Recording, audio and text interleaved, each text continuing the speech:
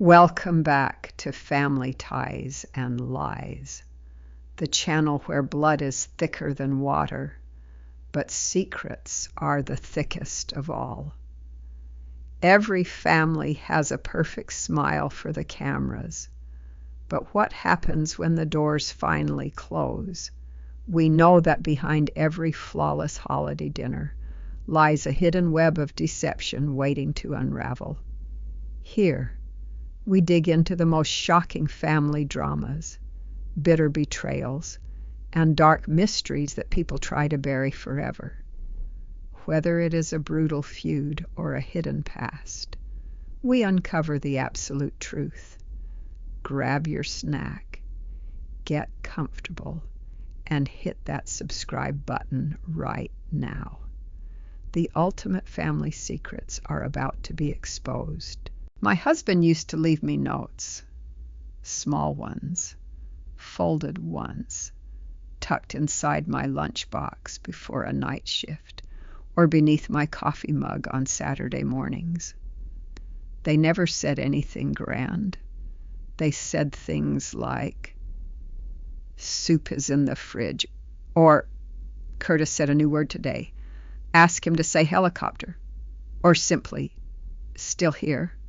2 words, as if he understood that what I needed most was not poetry, but proof that someone was beside me.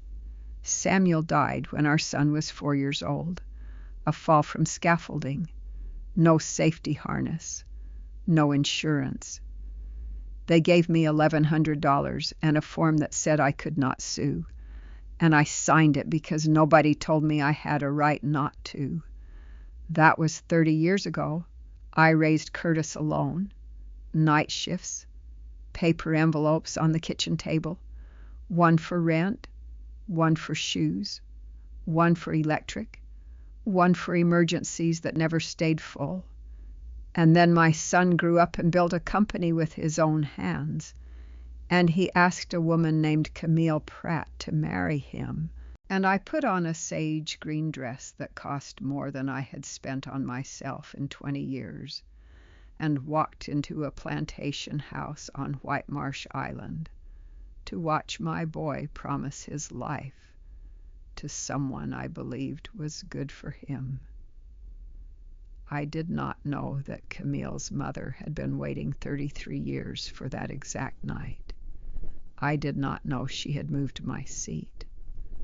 I did not know about the envelope at my place setting, or the 7 words inside it, or the photograph of Samuel she had kept since before I ever knew his name. And I certainly did not know that the land beneath her family's biggest business deal had been in my name for 3 decades, hidden there by a woman who loved me enough to see the danger before it arrived. My name is Lorene Hicks. I am 61 years old, and this is the story of the night a woman tried to break me at my son's wedding and discovered that the ground she was standing on belonged to me. If you have ever held everything together with your bare hands and never once been thanked for it, stay with me. This story is yours. Let me start at the beginning. The dress had been hanging on my closet door for 4 weeks. Sage green, not emerald, not mint, not the kind of green that demands attention. Sage, the kind of color that sits quietly in a room and lets you come to it. I picked it because it reminded me of the walls in my mother's kitchen, back when kitchens still smelled like cornbread on a Wednesday, for no reason at all. My name is Lorene Hicks. I have lived in the same house on Duren Avenue in Savannah, Georgia, since 1991. 3 bedrooms, 1 bathroom, a kitchen with a window that faces east so the morning light hits the counter right where I set my coffee. I bought this house with Samuel the year Curtis was born.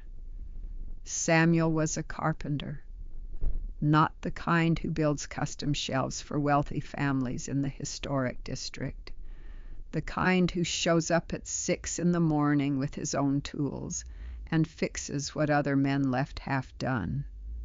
He smelled like pine sap and dial soap every night he came through that door. When he died, I went to work. 27 years on the night shift at Candler Hospital.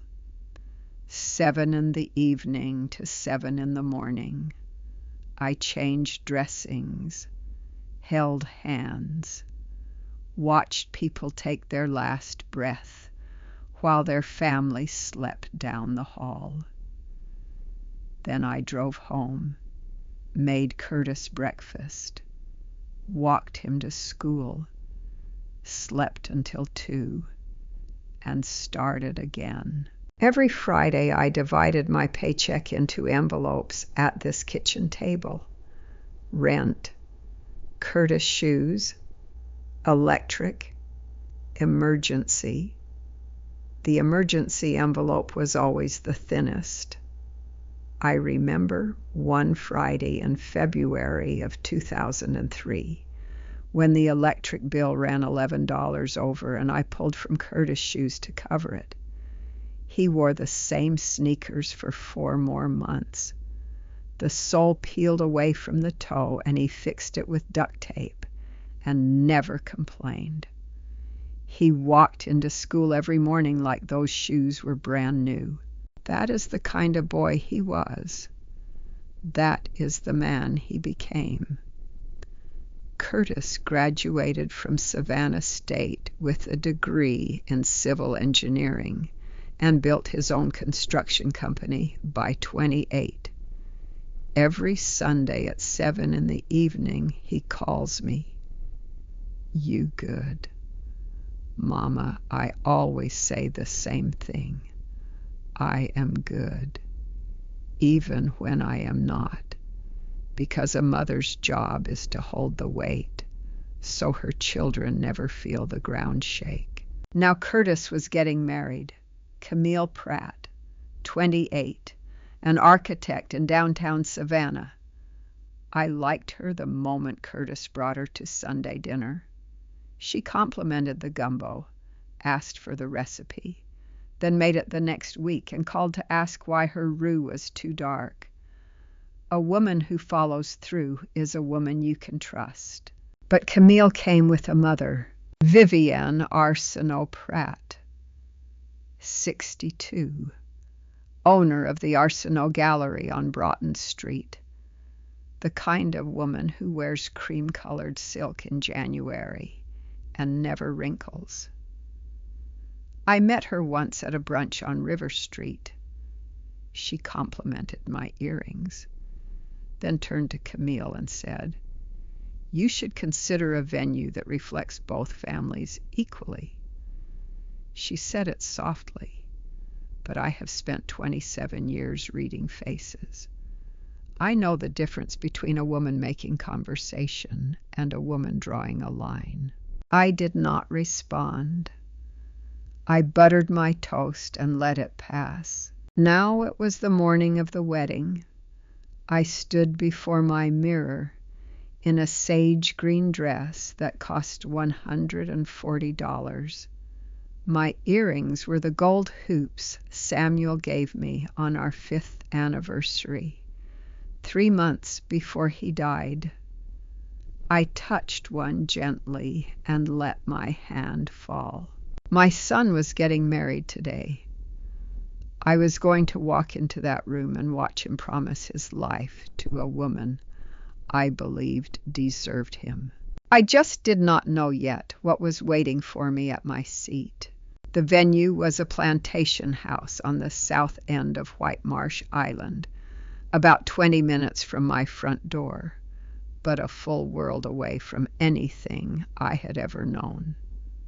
I parked at the far end of the lot because the spaces near the entrance were lined with black sedans and a white Cadillac Escalade that belonged to someone who wanted everybody to notice they had arrived.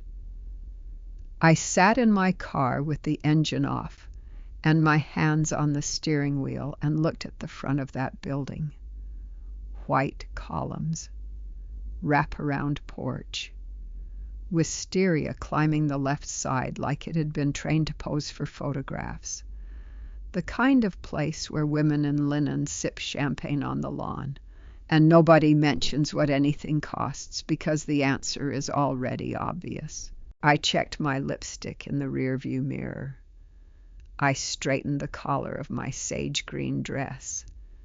Then I reached into my purse and touched the card Curtis had mailed me 2 weeks earlier, cream-colored with gold foil edges. Inside he had written in his own hand, "Mama, front row, left side.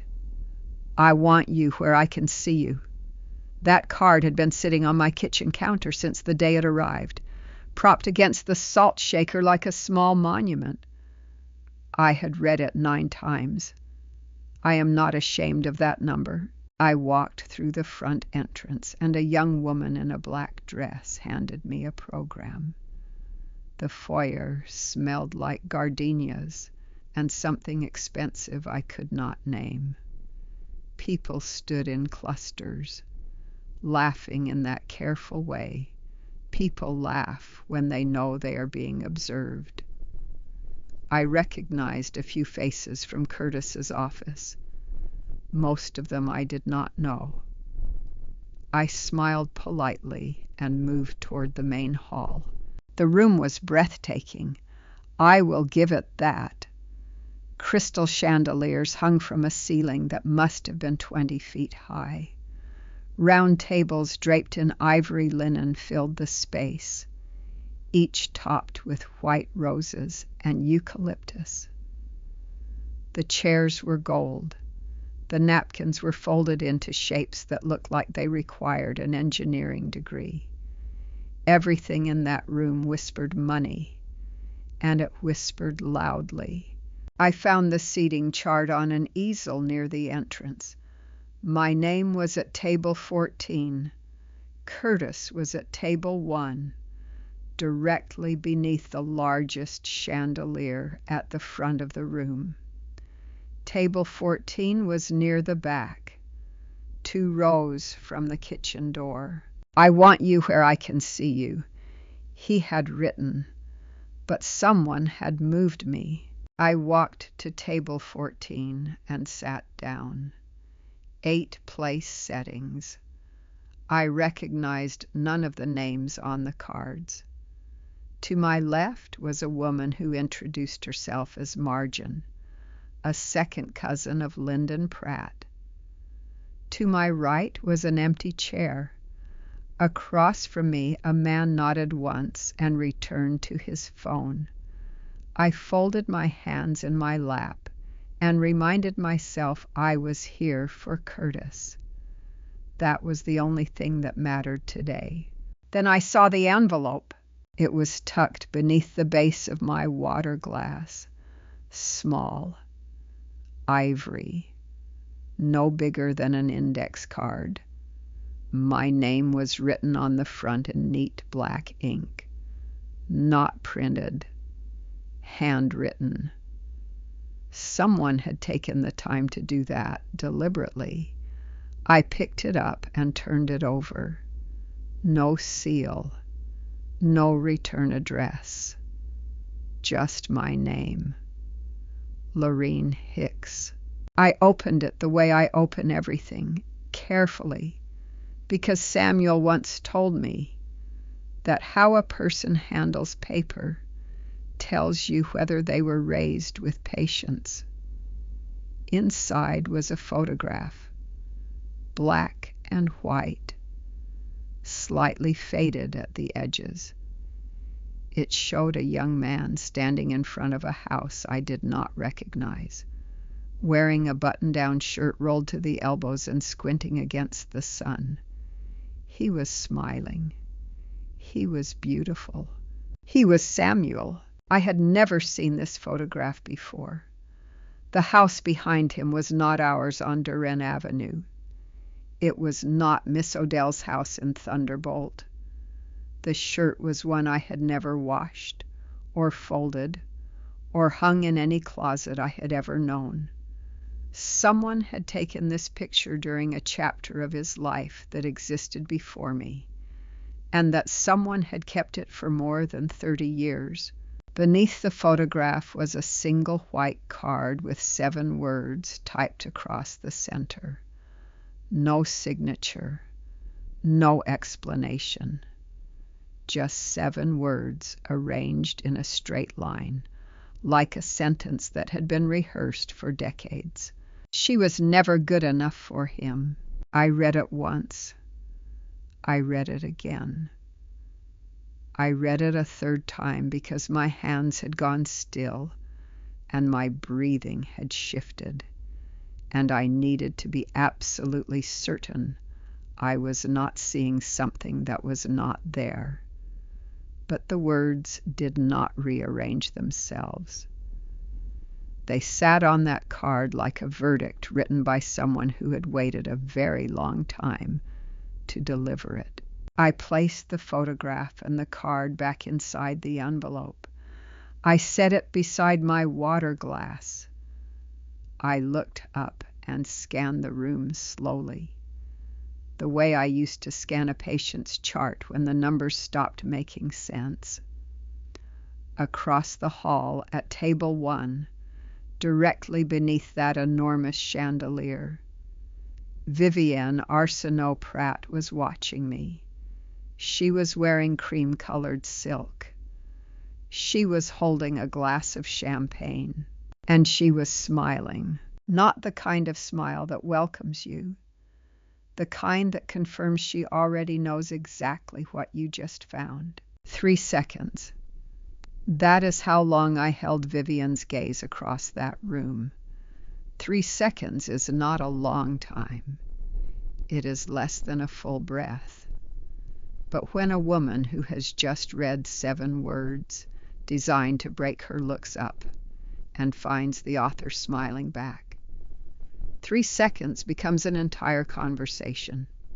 I did not blink. I did not flinch. I did not give her the satisfaction of watching my hands tremble, even though they wanted to. After 3 seconds, I looked down at my plate and straightened my fork so it was perfectly parallel to my knife.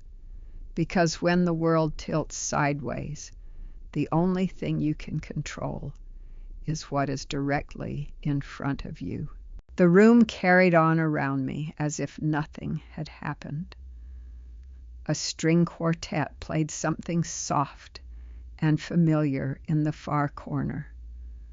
Waiters circled between the tables with silver trays of champagne.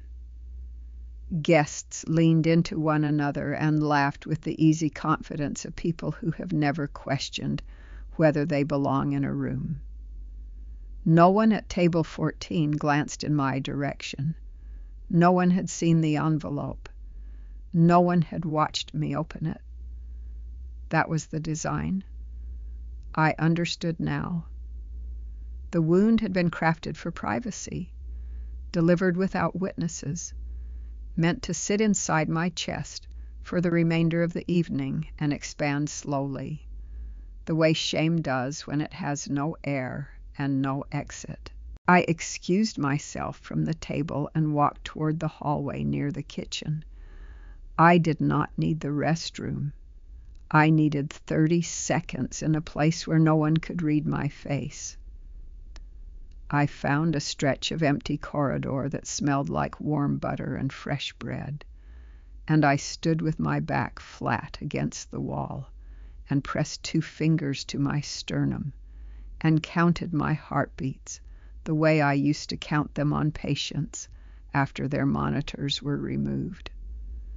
64 beats per minute. Steady.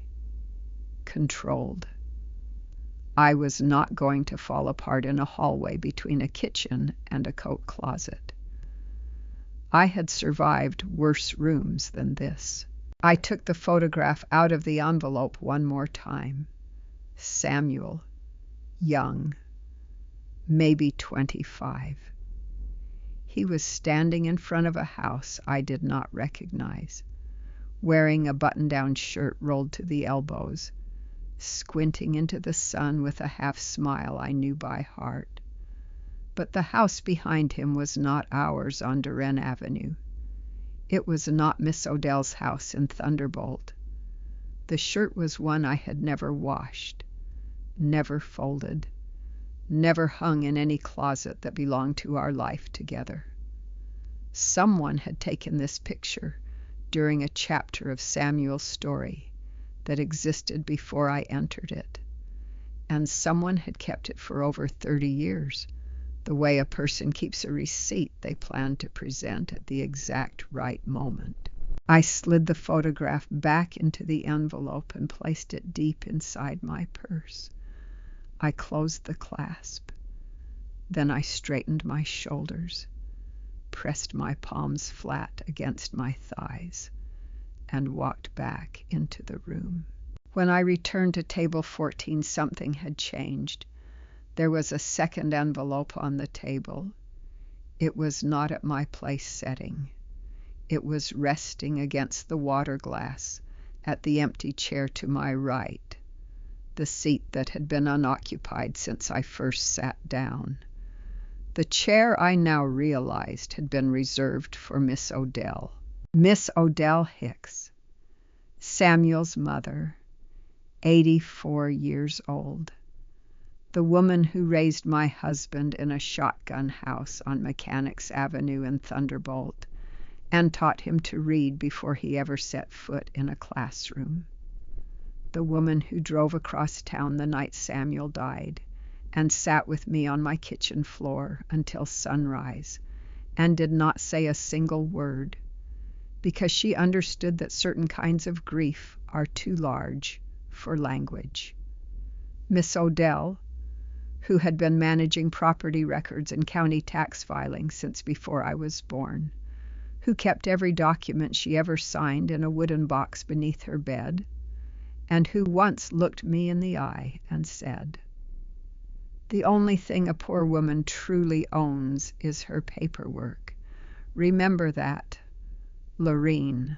I remembered. She was supposed to be here tonight. Curtis had told me she would be seated right beside me, but the chair was empty, and resting in its place was a second ivory envelope with her name written in the same deliberate black ink, same handwriting, same careful, practiced strokes. I did not open it. It was not mine to open, but I picked it up and held it and felt its weight between my fingers. And I knew with the certainty that comes from 61 years of living that whatever was inside that envelope was not a kind word or a warm welcome. I looked toward table 1 again. Vivian had turned away from my direction entirely. She was leaning toward a woman beside her, speaking closely and quietly, her lips barely moving, the way women speak when they are narrating a story they have already rehearsed in front of a mirror. Lyndon Pratt sat at the far end of the table with his hand wrapped around a water glass and his gaze fixed on the window, as if he wished the evening were already behind him. Camille was not at the table at all. I scanned the room and found her standing near the entrance with her phone pressed to her ear, her back turned to the crowd. Her shoulders were drawn tight. Her free hand gripped the back of a chair so hard her knuckles had gone pale. I placed Miss Odell's envelope inside my purse next to my own. I would give it to her myself, in a place with no audience and no chandelier light. At 7 minutes past 4, Curtis walked to the front of the room. He was wearing a charcoal gray suit with a sage green pocket square tucked into the breast pocket. I had never told him the color of my dress. He had asked Camille, and Camille had asked me, And somewhere along that quiet chain of small kindnesses, my son had made certain we would match. He stepped behind the microphone and adjusted it once, and every voice in the room fell silent the way voices fall silent when a man with real authority decides it is time to speak. He did not look at table 1. He looked directly at table 14. He looked at me. And then he said something no one in that room was expecting. Curtis stood at the microphone with both hands resting on the edges of the podium. He did not grip it. He did not lean into it. He stood the way Samuel used to stand when he had something important to say. Feet apart, shoulders level, chin slightly raised, as if the words he was about to deliver deserved the full height of his body. The room was perfectly still. 214 guests in gold chairs, with ivory napkins in their laps, and not one of them made a sound.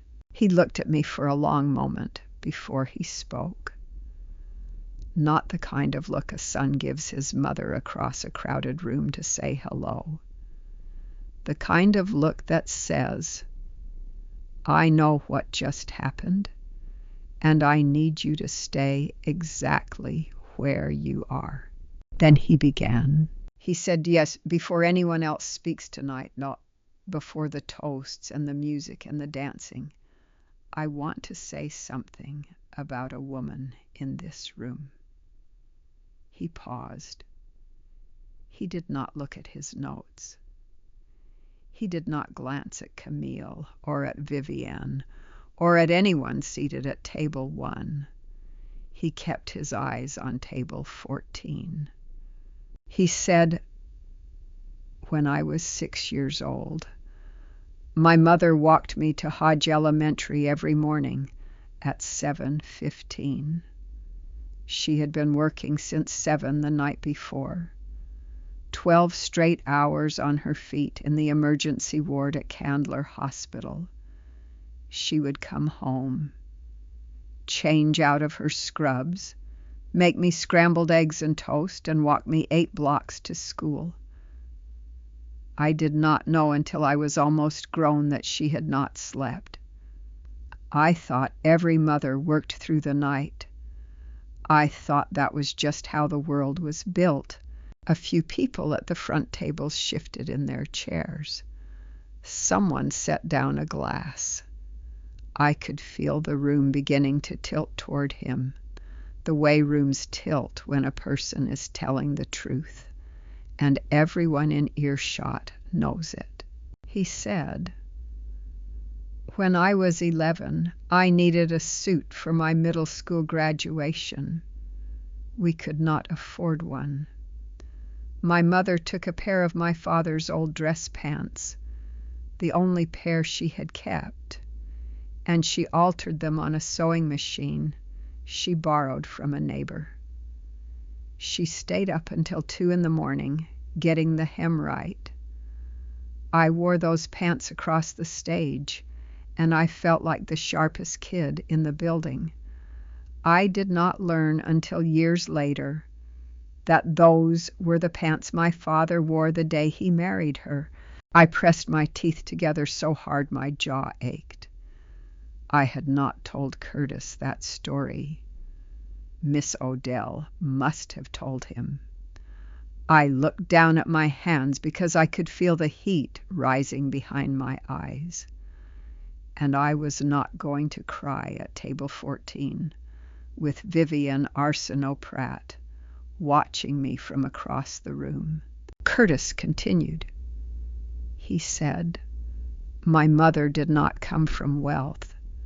She did not come from connections. She came from a kitchen table where she sat every Friday night and divided her paycheck into paper envelopes so that I could have shoes and electricity and a future. She did that for 27 years. She never missed a payment. She never missed a school event. She never once asked anyone in this room for help." He let that last sentence sit in the air for a moment, and I watched it land on the faces around me. Some people nodded. A woman at table 6 pressed her fingers to her lips. At table 1, Lyndon Pratt looked down at his plate. Vivian did not move. Her champagne glass was still raised halfway to her mouth, frozen there like a prop in a photograph. Curtis said, "Tonight I am marrying the woman I love, and I am proud of that. But before we celebrate anything else, I want every person in this room to understand that everything I have, everything I have built, every contract I have signed, every building that carries my name, exists because one woman refused to quit." He turned his body fully toward table 14 and said, "Mama, I need you to stand up." I did not move at first. My hands were flat on the tablecloth, and my heart was beating so loud I was sure Margine beside me could hear it. But Curtis nodded once, slowly, the way he nods when he means it, and I pushed my chair back and I stood. The room applauded, not the polite kind, the kind that starts slow and then builds because people realize they are not clapping for ceremony, but for something real. I stood there in my sage green dress, with my gold hoop earrings and my ivory shoes, and I looked at my son, and I mouthed 2 words. "Thank you." He mouthed 2 words back. "For you." Then he turned to the room and said, "If anyone else has a speech tonight, I hope it is half as honest as the life she gave me." He adjusted the microphone one final time, stepped away from the podium, and walked directly to table 14. He pulled out the empty chair beside me, the one meant for Miss Odell, and he sat down. At table 1, Vivian slowly lowered her champagne glass and placed it on the linen without drinking. Camille, who had returned to her seat during the speech, was looking at Curtis with something I could not quite read from this distance. It might have been admiration. It might have been fear. It was the expression of a woman who has just realized that the man she is about to marry will never be neutral when it comes to his mother. Curtis placed his hand on top of mine and squeezed once. He said quietly, "You good, Mama?" I said, "I am good." But under the table I could still feel the envelope in my purse pressing against my knee, and I knew this evening was nowhere close to finished. The reception continued for another 90 minutes after Curtis's speech, but the room had changed. There was a crack in the evening now, invisible to most, but unmistakable to anyone paying attention. Conversations resumed. Music played. Plates of food arrived and were cleared. But beneath all of it there was a new frequency, a low hum of awareness that something had shifted and could not be shifted back. Curtis remained at table 14 for the rest of the dinner. He ate beside me, talked to Margine about her grandchildren, complimented the caterer on the shrimp, and never once looked toward table 1. He did not need to. His speech had already done what it was meant to do. It had drawn a line in the center of that room and dared every person in it to decide which side they were standing on.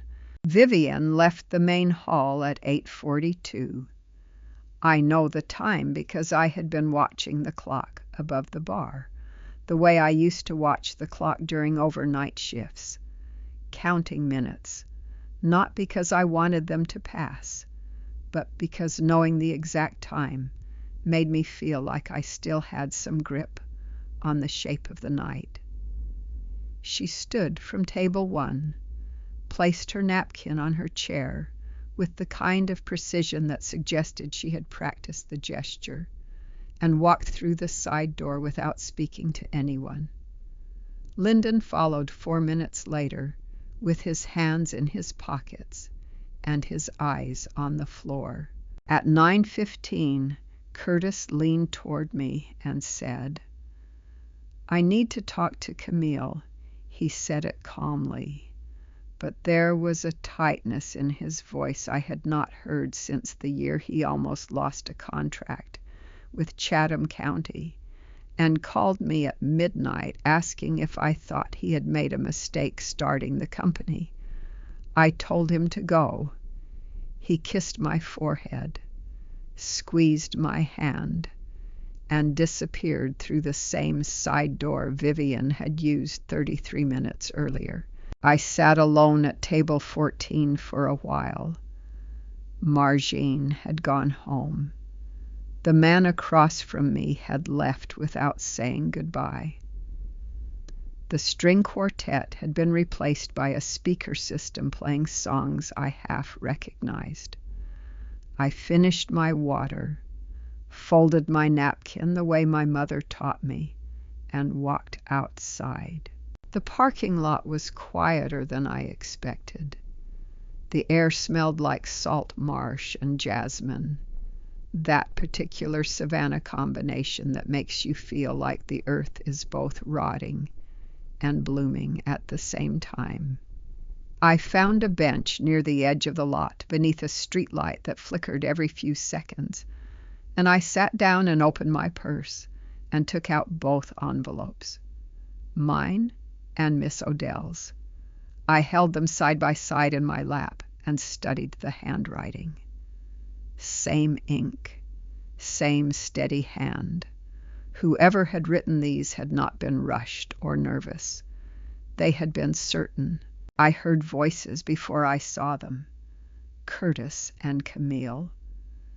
They were standing near a row of cars about 40 feet from my bench, half hidden by a white catering van. I did not mean to listen, but their voices carried in the night air, the way voices do when people are trying to be quiet, but failing because the emotion behind the words is too large for whispers. Curtis spoke first. He said, "Did you know about the envelopes?" There was a pause. Then Camille said, "I knew about one." "Which one?" "The one for your mother." Curtis was silent for a long moment. When he spoke again, his voice had dropped to a register I recognized from the night Samuel's insurance letter arrived, and I read it aloud at the kitchen table. It was the voice of a man who has just discovered that the ground he was standing on is not as solid as he believed. He said, "And you did not think to tell me." Camille said, "I found out this morning." She was pacing. I could hear her heels clicking against the asphalt in short, uneven steps. She said, "My mother showed me the seating chart at breakfast. Your mother was at table 1 on the original plan. My mother moved her last night. She changed the cards herself after the coordinator left. I told her it was wrong. She told me it was appropriate." Curtis said, "Appropriate." Camille said, "That is the word she used." Another silence, longer this time. I could hear the marsh insects singing beyond the lot and the distant sound of music leaking through the venue walls. Curtis finally said, "There was a second envelope, At my grandmother's seat, same handwriting. Camille stopped pacing. I could not see her face, but I could hear the change in her breathing, the sudden catch that happens when a person realizes the situation is worse than they calculated. She said, "I did not know about that one." Curtis said, "I believe you." Then he said something that made me close my eyes and grip the edge of the bench with both hands. He said, "The wedding is postponed. I am calling Judge Banks in the morning. I want to know who authorized the seating change, who printed those cards, and where that photograph of my father came from. All of it. Camille. Every detail. Because if your mother thinks she can sit at table 1 and run this family from a champagne glass, she has fundamentally misunderstood who she is dealing with." Camille did not argue. She did not defend. She said only one thing. She said, "I will tell you everything I know." I sat on that bench for a long time after they walked away in separate directions. The street light above me flickered twice more, and then went steady, as if it too had finally made up its mind. I did not sleep that night.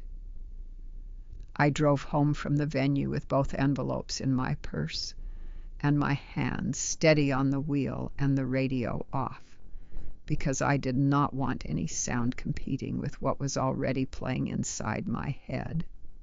I pulled into my driveway at 10:23, turned off the engine, and sat in the dark for a full minute staring at my front porch light, which I had left on because I always leave it on, because Samuel told me once that a house with a light on means someone is expected.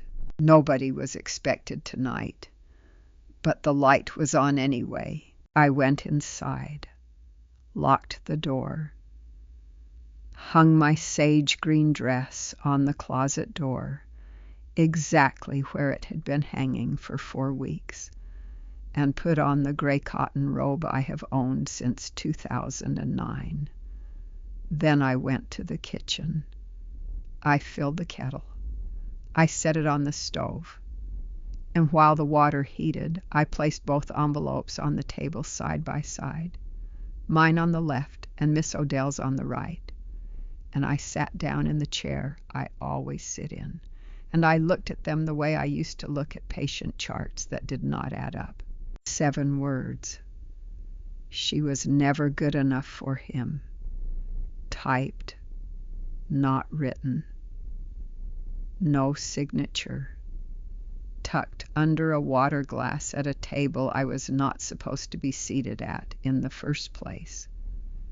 Beside a photograph of my husband taken in a place I did not recognize, wearing clothes I had never seen, standing in front of a house that did not belong to any part of the life we shared together. Someone had kept that photograph for more than 30 years. Someone had waited for this exact night to give it back. The kettle whistled. I poured my tea and returned to the table and did not touch Miss Odell's envelope. I had promised myself I would give it to her unopened. That promise was the only clean thing left from the evening, and I was not going to let it go. I sat at that table until the tea went cold. Then I made another cup and let that one go cold too. Somewhere around 2 in the morning, I picked up a pen and a piece of notebook paper, and I wrote down everything I knew for certain. The seating change, the envelopes, the photograph, Vivienne's smile, Camille's tight shoulders, Curtis's speech, the parking lot conversation I was not meant to hear. I wrote it all in the careful block letters I learned from filling out hospital intake forms for 27 years. Because when the world stops making sense, the only thing you can do is put what you know on paper and see if the shape of the truth reveals itself. It did not yet. But writing it down made me feel less like a woman who had been ambushed and more like a woman who was gathering evidence. At 6:47 in the morning, my phone rang. I knew the time because the microwave clock was directly in my line of sight, and I had been staring at it without purpose for the better part of an hour. The screen showed a number I recognized. Curtis, I answered. He did not say good morning. He did not say you good, Mama. He said, I just got off the phone with Judge Banks. I set my tea down. Judge Theron Banks, 72 years old, a retired Superior Court judge who had known Samuel since they were boys running barefoot through Thunderbolt. He had handled the paperwork when I bought this house. He had drafted Samuel's will, such as it was. He had been the one to tell me, gently, in his office on Drayton Street 3 weeks after the funeral, that Samuel's life insurance policy had lapsed 2 months before the accident, and there was nothing anyone could do about it. I trusted Theron Banks the way I trusted morning light, not because he was always warm, but because he was always accurate. Curtis said I told him everything. The envelopes, the seating chart, the photograph. He wants to see both envelopes. He wants to see the photo. I said, I have not opened your grandmother's envelope. I know. He said, bring it sealed. He will open it with us. There was a pause on the line. I could hear Curtis breathing. I could hear traffic behind him, which meant he was already in his truck, already driving, already in motion the way he always is when something needs to be fixed. Then he said something that made me press my palm flat against the kitchen table to steady myself. He said, Mama. Judge Banks asked me a question I could not answer. He asked me if you still have the original deed to the property on Thunderbolt Road. I said, what property on Thunderbolt Road? Curtis was quiet for 4 seconds. Then he said, that is exactly what I told him you would say. He is pulling the county records this morning. He wants us there by 9. I looked at the 2 envelopes on my kitchen table. I looked at the list I had written in block letters.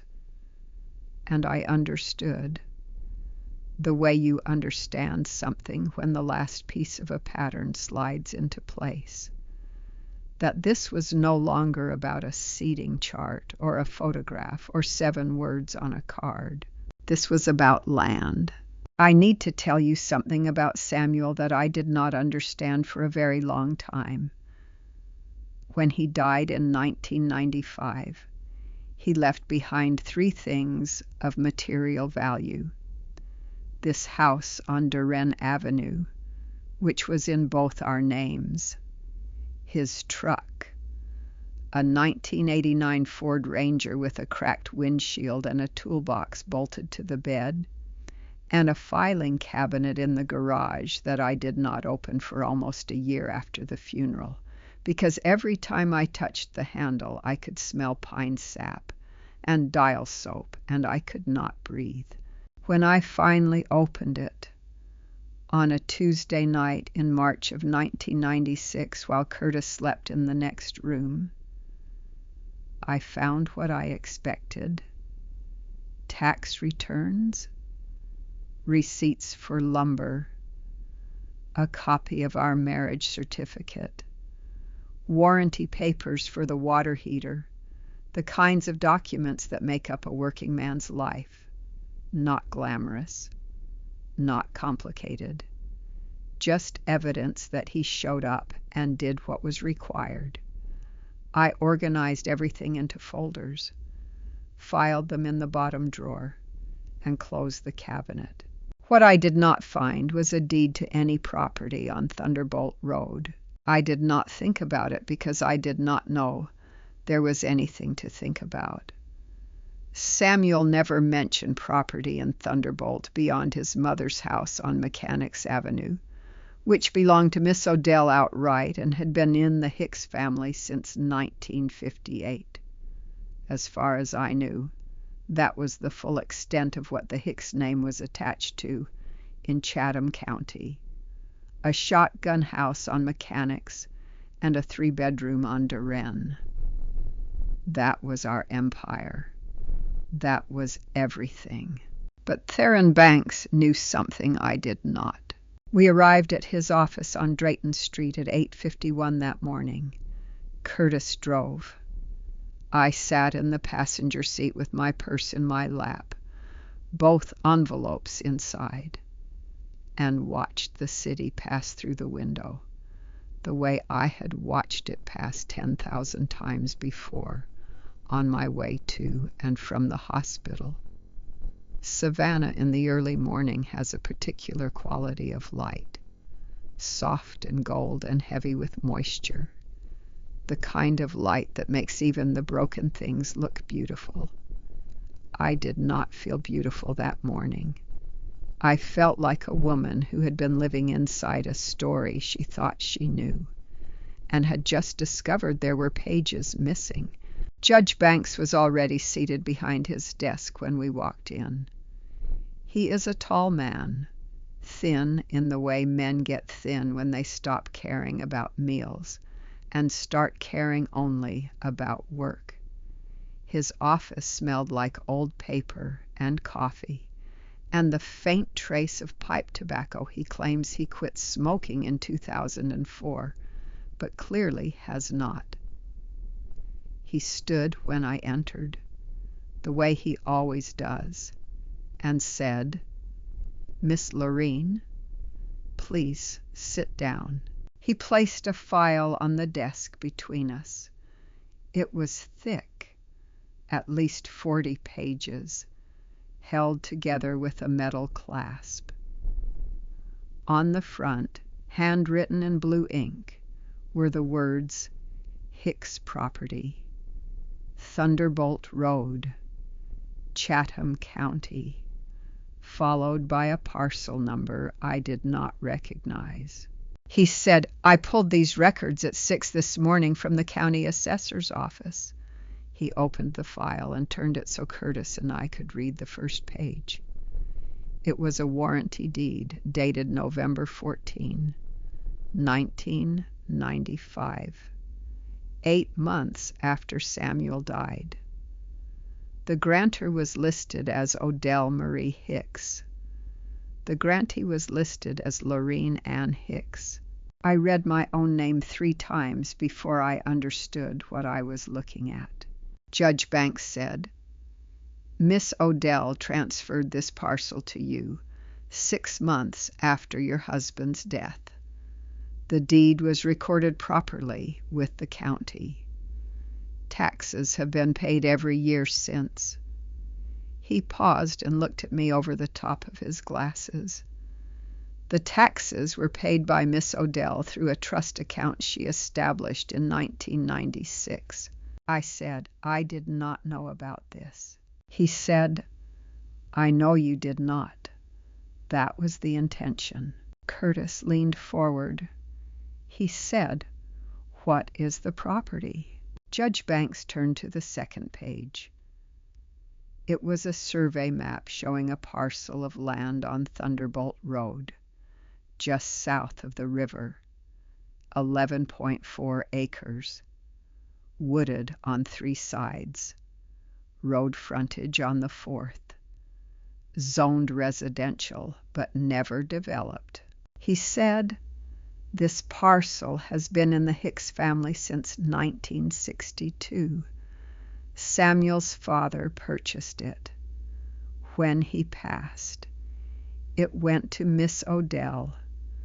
When Samuel died, she transferred it to you, Lorene, quietly, without telling you, because she wanted to make sure that no matter what happened, you and Curtis would always have ground to stand on. I stared at the map. 11.4 acres. I had driven past Thunderbolt Road hundreds of times on my way to Miss Odell's house, and never once looked at that stretch of land and thought it belonged to me. Curtis said, "Does anyone else know about this?" Judge Banks closed the file and placed both hands flat on top of it. He said, "That is the question I have been asking myself since 5 this morning. Because 3 weeks ago I received a request from an attorney representing the Arsenault Pratt family to verify the assessed value of this exact parcel." The room went very quiet. Curtis looked at me. I looked at Judge Banks. And for the first time in 30 years, I understood why Miss Odell always told me to keep my paperwork close. Judge Banks opened a second file. This one was thinner, maybe 12 pages, and it had a red tab on the corner that I recognized from my years of signing hospital documents as the kind of marker that means someone wants you to pay attention to a specific section. He placed it beside the first file and said, "There is something else you need to see." He turned to a page near the middle. It was a loan agreement dated March of 2018. The borrower listed was Hicks and Partners Construction. The lender was Arsenault Capital Group, a name I had never heard spoken aloud in this family, but one that made something tighten behind my ribs before my mind caught up to the reason. The loan amount was $475,000. The purpose was listed as working capital for a commercial development project in West Chatham County. Curtis's signature was at the bottom of the last page. Curtis looked at the document and nodded slowly. He said, "I remember this. We needed bridge financing for the West Side Commons project. Camille's mother offered the loan through her investment group. The terms were reasonable. I signed it." Judge Banks said, "Did you read every page?" Curtis hesitated. He said, "My attorney reviewed it." Judge Banks said, "Your attorney reviewed the first 8 pages. He turned to page 9 and placed his finger on a paragraph near the bottom. It was dense with legal language, the kind of paragraph that is designed to be skipped, the kind that relies on the reader's fatigue and trust to survive without scrutiny. He read it aloud. In the event of default or renegotiation, the borrower agrees to pledge as supplemental collateral any and all real property held by immediate family members within Chatham County, including but not limited to parcels transferred through inheritance or interfamily deed." Curtis stared at the page. His jaw tightened. He said, "That was not in the version I reviewed." Judge Banks said, "No. It was added in a revised draft sent 3 days before closing. The revision was minor enough that most attorneys would not flag it. One paragraph inserted on page 9 of a 12-page document. But its effect was significant. If Curtis ever defaulted on the loan, or if the terms were renegotiated, Vivian's company could claim a security interest in any property owned by the Hicks family, including the 11.4 acres on Thunderbolt Road that I did not even know I owned. I sat very still. I could feel my heartbeat in my fingertips, the way I used to feel it during the worst moments on the night shift.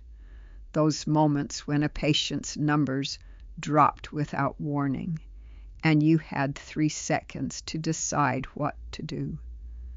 But then Judge Banks reached into his own file and pulled out a single sheet of paper. It was a letter on legal stationery dated 10 days ago. He placed it on the table, and I read the header. It was from Arsenault Capital Group's attorneys. It was addressed to Hicks and Partners Construction. The subject line read, "Formal Notice of Loan Renegotiation and Collateral Review." Judge Banks said, "This was filed 9 days before the wedding. Vivian's legal team initiated a renegotiation process that would trigger the collateral clause on page 9. If the renegotiation proceeded, they would have the contractual right to request a full inventory of all Hicks family property in Chatham County. The Thunderbolt Road parcel would surface in that inventory, and once it surfaced, it would become attached to the loan as supplemental security."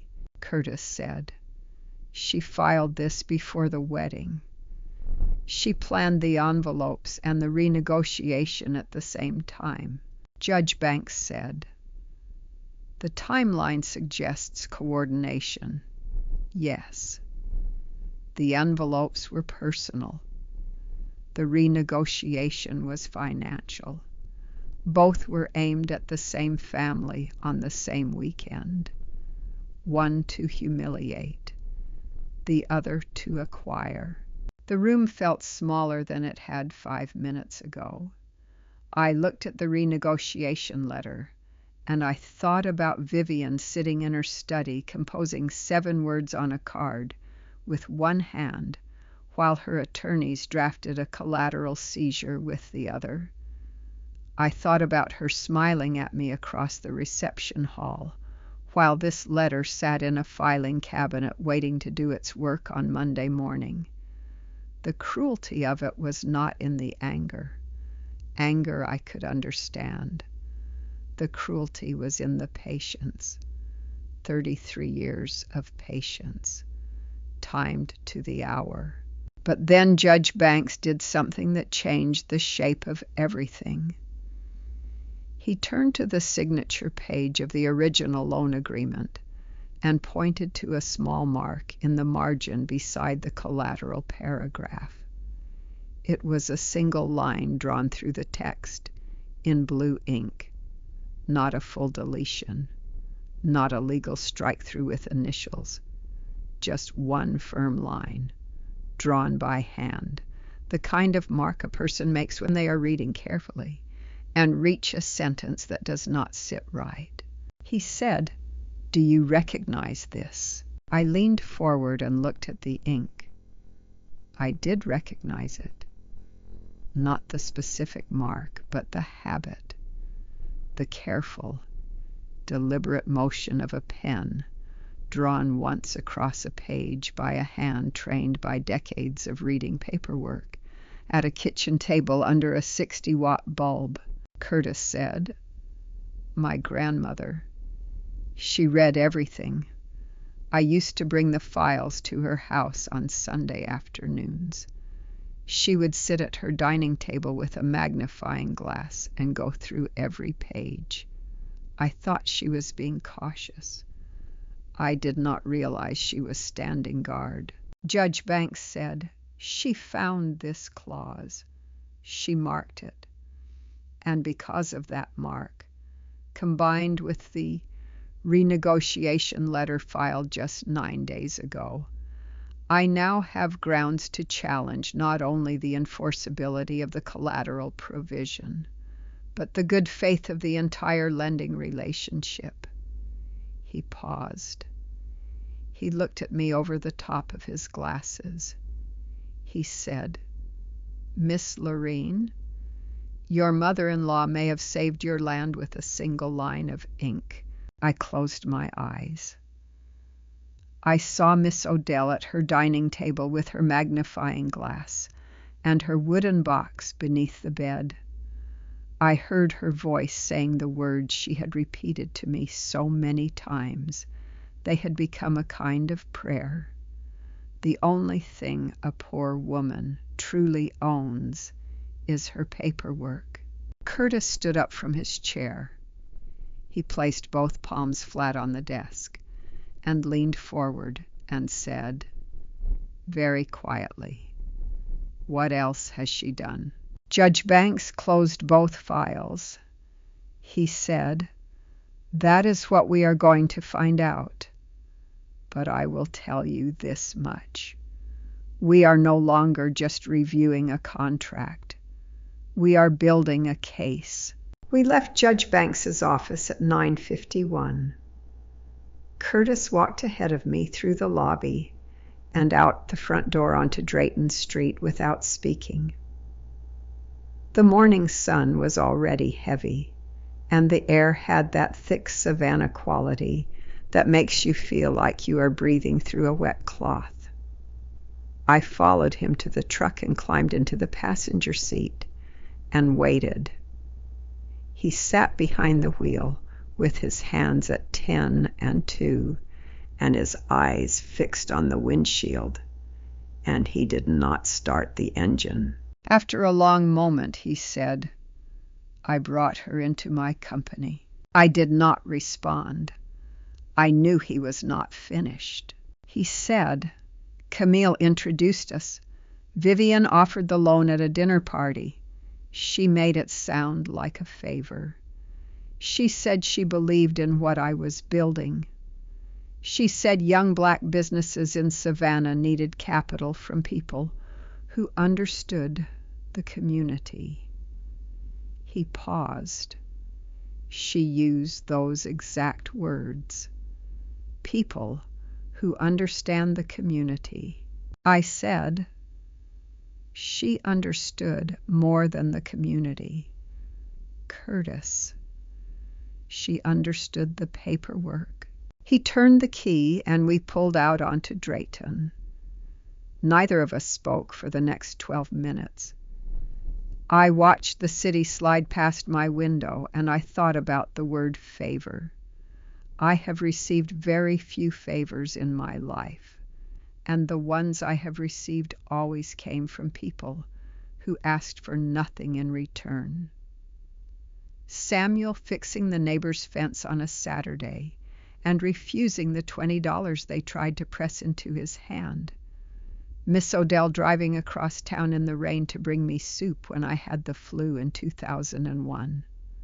Curtis calling every Sunday at 7, not because I asked him to, but because he decided on his own that his mother should never go a full week without hearing his voice. Those are favors. What Vivian offered was not a favor. It was a transaction dressed in silk. Curtis dropped me at home and said he would be back by noon. He needed to go to his office and pull every file related to the Arsenault loan. He needed to call his attorney. He needed to think. I told him I would be here. I told him to eat something. He said he would. I knew he would not. I went inside and stood in my kitchen and looked at the 2 envelopes still sitting on the table where I had left them the night before. The list I had written in block letters was beside them.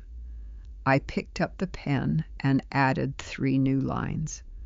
Thunderbolt Road property, 11.4 acres, collateral clause, page 9. Then I set the pen down and stared at what I had written and tried to understand how a woman I had met only once at a brunch on River Street had managed to build a structure around my family that I could not see until it was almost too late. My phone rang at 10:14. 4 minutes after Curtis dropped me off. The screen showed a number I did not recognize. I answered because I have always answered unknown numbers.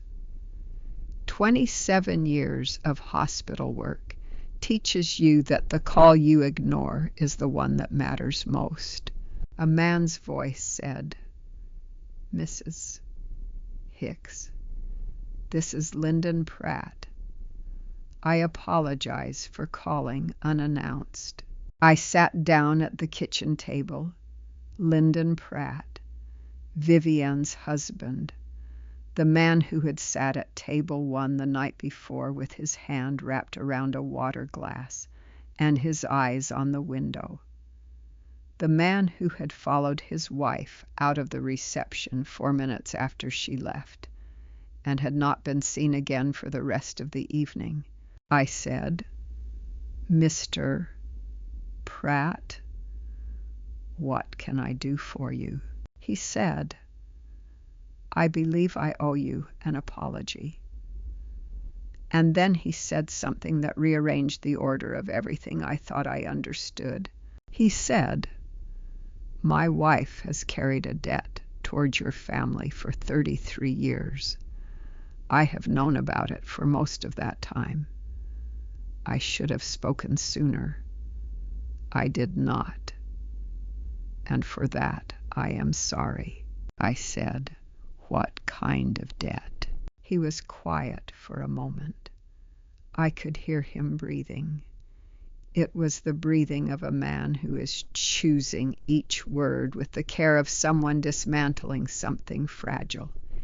He said, "Before your husband married you, Mrs. Hicks." He and Vivian were close, very close. She believed they would build a life together.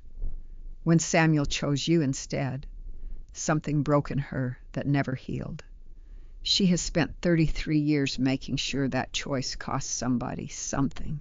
I looked across my kitchen at the photograph on the refrigerator. Curtis at his college graduation, smiling in his cap and gown, standing between me and Miss Odell. Behind us you could see the edge of the parking lot and a sliver of sky. I had looked at that photograph 10,000 times and never once thought about the woman who was not in it. I said, "Mr. Pratt, your wife put an envelope at my seat last night with a photograph of my husband and 7 words meant to tell me I was not enough. She put a second envelope at my mother-in-law's seat. She moved my name from the front of the room to the back. She buried a clause in my son's loan that could have taken land I did not even know I had. And you are telling me this is about a broken heart from 1992. He said, "I am telling you it started there. Where it went after that is something I am still trying to understand myself." I said, "Then I suggest you start understanding faster, Mr. Pratt, because my son is already on the phone with his attorney." I hung up. I placed the phone face down on the table.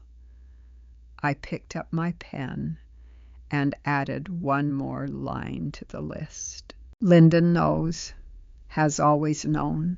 Then I called Miss Odell, because there were questions only she could answer, and I had waited long enough to ask them. Miss Odell lived on Mechanics Avenue in Thunderbolt, 15 minutes from my house if you take the back roads and do not get caught behind the shrimp trucks coming off the river. I had been driving to her house for 31 years. I could do it with my eyes closed, though I never would, because Samuel once told me that a person who takes a familiar road for granted is a person who has stopped paying attention. I pulled into her driveway at 11:08 and sat in the car for a moment looking at the house. White clapboard, green shutters, a front porch with 2 rocking chairs and a fern hanging from a hook that Samuel installed the summer before he died. The fern had been replaced 9 times since then. The hook had not. Miss Odell was sitting in the left rocking chair when I came up the steps. She was wearing a blue house dress and white canvas shoes, and her reading glasses were pushed up onto her forehead, the way she wears them when she has been looking at something close and needs a break. There was a glass of sweet tea on the table beside her and a manila folder on her lap. She looked at me and did not say hello. She said, "Took you long enough." I sat in the other rocking chair, the one on the right, the one Samuel used to sit in when he came to visit on Saturday mornings, before he went to whatever job site needed him that day. I had sat in this chair hundreds of times since he died, and I never sat in it without thinking about him. I suspect Miss Odell knew that. I suspect that was why she never offered me a different seat. She said, "Curtis called me at 7 this morning, told me about the envelopes, told me about the speech, told me Judge Banks is pulling records." She took a sip of her tea and set it back down. She said, "I have been waiting for this day for a long time. Lorene." I reached into my purse and took out her envelope. Ivory, her name in neat black ink, still sealed. I held it out to her and said, "This was at your seat last night." I did not open it. She took it from me and held it in both hands and looked at it the way a woman looks at something she has been expecting but hoping would never arrive. She turned it over once, then slid her thumb under the flap and opened it. Inside was a single card. She read it silently, then placed it face down on the manila folder in her lap. Her expression did not change. Her hands did not tremble. She rocked once in her chair and looked out at the street and said, "She always did have neat handwriting." I said, "What does it say?" She said, "It says, you should have told her while he was alive." The porch was quiet. A truck passed on Mechanics Avenue. Somewhere down the street, a dog barked twice and stopped. I let the words settle between us the way I have learned to let difficult words settle, without rushing toward them, without trying to soften their edges. I said, "Miss Odell, I have 3 questions, and I need you to answer all of them honestly." She looked at me. Her eyes were clear and sharp behind the glasses she had pushed back down onto the bridge of her nose. She said, "Ask." I said, "First, did Samuel and Vivian have a relationship before I met him?" She said yes. They were together for 2 years, 1989 to 1991. She wanted to marry him. He did not want to marry her. He met you in April of 91 and ended things with Vivian by June. She did not take it well. She did not take it well at all. I said, "Second, when you transferred the Thunderbolt Road property to my name in 1995, Did you do it because you were afraid someone might try to take it? She rocked in her chair once, twice. Then she said, in the autumn of 1995, a few months after Samuel's funeral, a woman came to this porch. She was wearing a cream-colored dress, and she carried a sympathy card in her hand. She said she had known Samuel and wanted to express her condolences. I thanked her and invited her inside. She sat in my kitchen and drank my tea and asked me questions about the family, about the house, about what Samuel had left behind.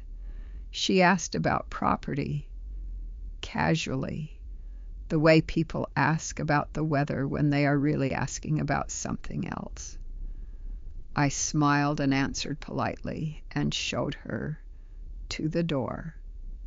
And then I called Theron Banks and told him to transfer the Thunderbolt Road parcel to your name before the end of the month. I said that woman was Vivian. Miss Odell said that woman was Vivian, and she was not there to grieve. She was there to measure.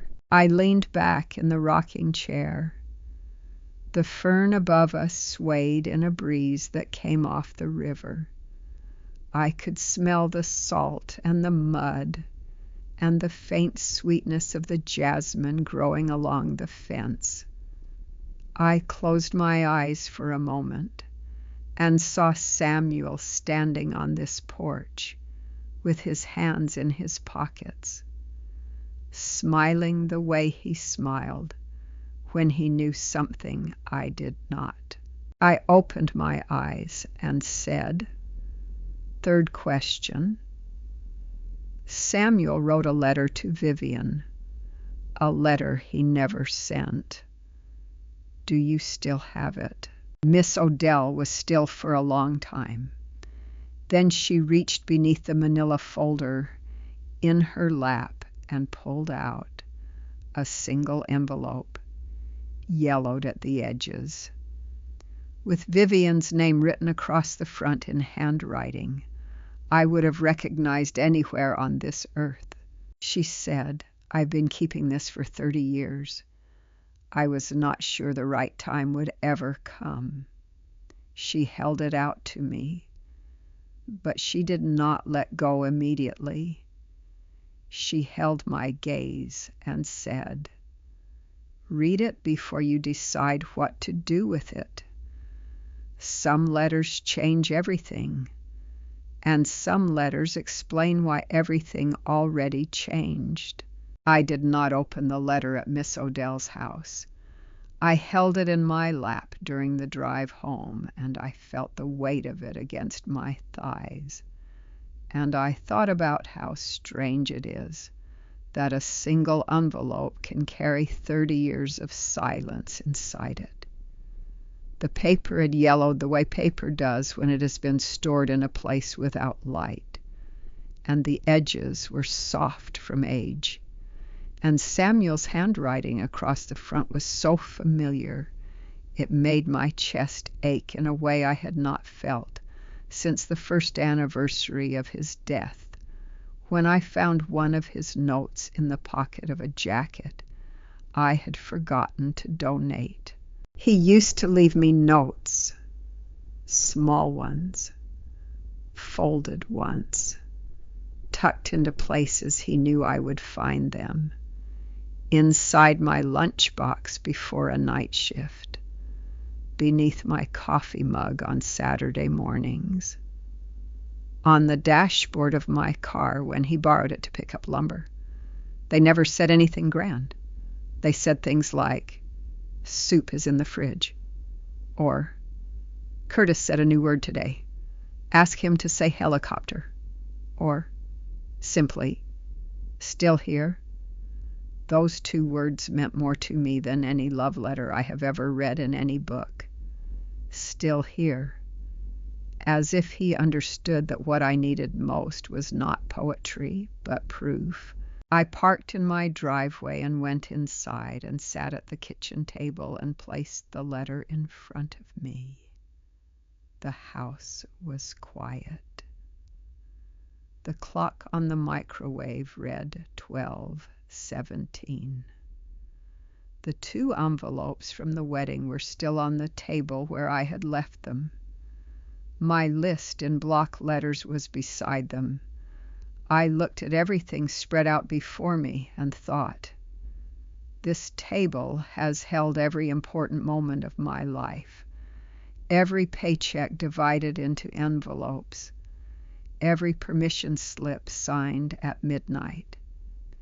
Every difficult conversation I ever had with Curtis about money or school, or why his father was not coming back. And now it was holding this. I opened the envelope with the same care I had used on every envelope that week. Samuel's handwriting continued on the inside. A single page, front and back. No date. No greeting at the top. He had started writing mid-thought, the way people do when they have been composing something in their heads for so long that by the time the pen touches paper, the beginning has already passed. The letter read as follows. I have tried to explain this to you 3 times, and each time I stopped because I did not know how to say it without making you think I did not care about you. I did care about you. That is the truth, and I need you to hear it, even if you do not believe anything else I write in this letter. You were important to me. The 2 years we spent together were not nothing. I do not regret them, but I need to tell you why I left. Because you deserve an honest answer, and I was not brave enough to give you one in person. When I met Lorene, something changed in me that I cannot describe with the right words, because I am a carpenter and not a poet. She did not ask me to change. She did not ask me for anything at all. She just stood there in the doorway of her mother's house on a Sunday afternoon in April and looked at me the way a person looks at someone they have been waiting for without knowing they were waiting. I felt seen, not admired, not wanted. Seen. The difference between those things is everything. You admired me, Vivian. You admired what I could build and what I could become, and the man you believed I would turn into if I stayed with you long enough. But Lorene saw the man I already was. She saw the sawdust under my fingernails and the truck with the cracked windshield, and the fact that I had $43 in my checking account on the day I asked her to marry me, and none of it made her flinch. She did not love a version of me. She loved the actual me. I had never felt that before. I know this hurts you. I know you think I chose wrong. Maybe one day you will understand that I did not choose against you.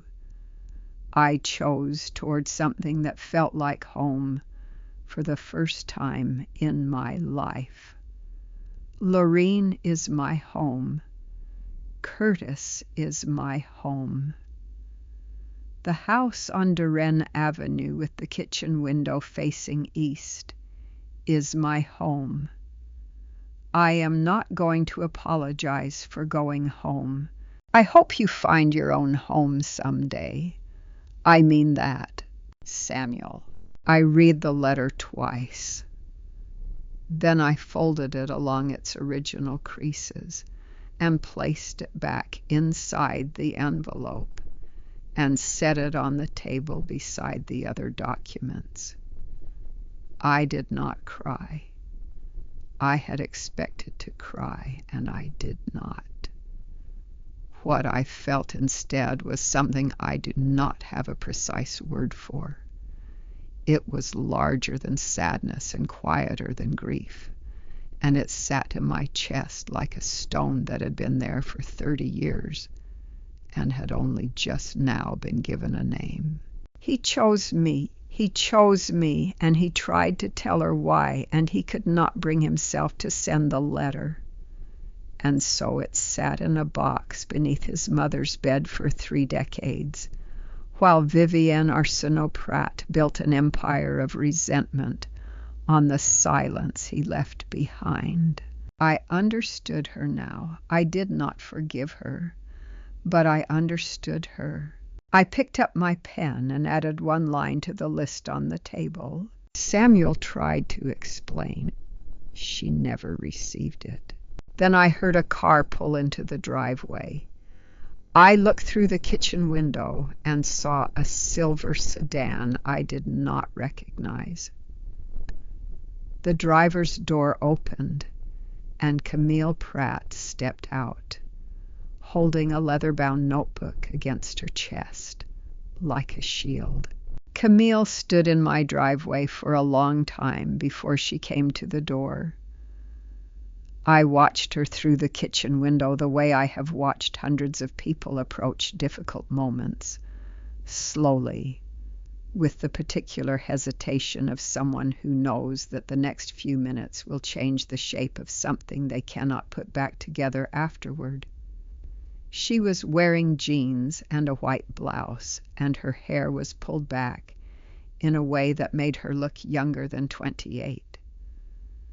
She was holding the notebook against her chest with both arms wrapped around it, and twice she looked back at her car, as if she were considering leaving. She did not leave. She walked to my front door and knocked 3 times, evenly spaced, and when I opened it, she said, "Mrs. Hicks, I need to show you something." I stepped aside and let her in.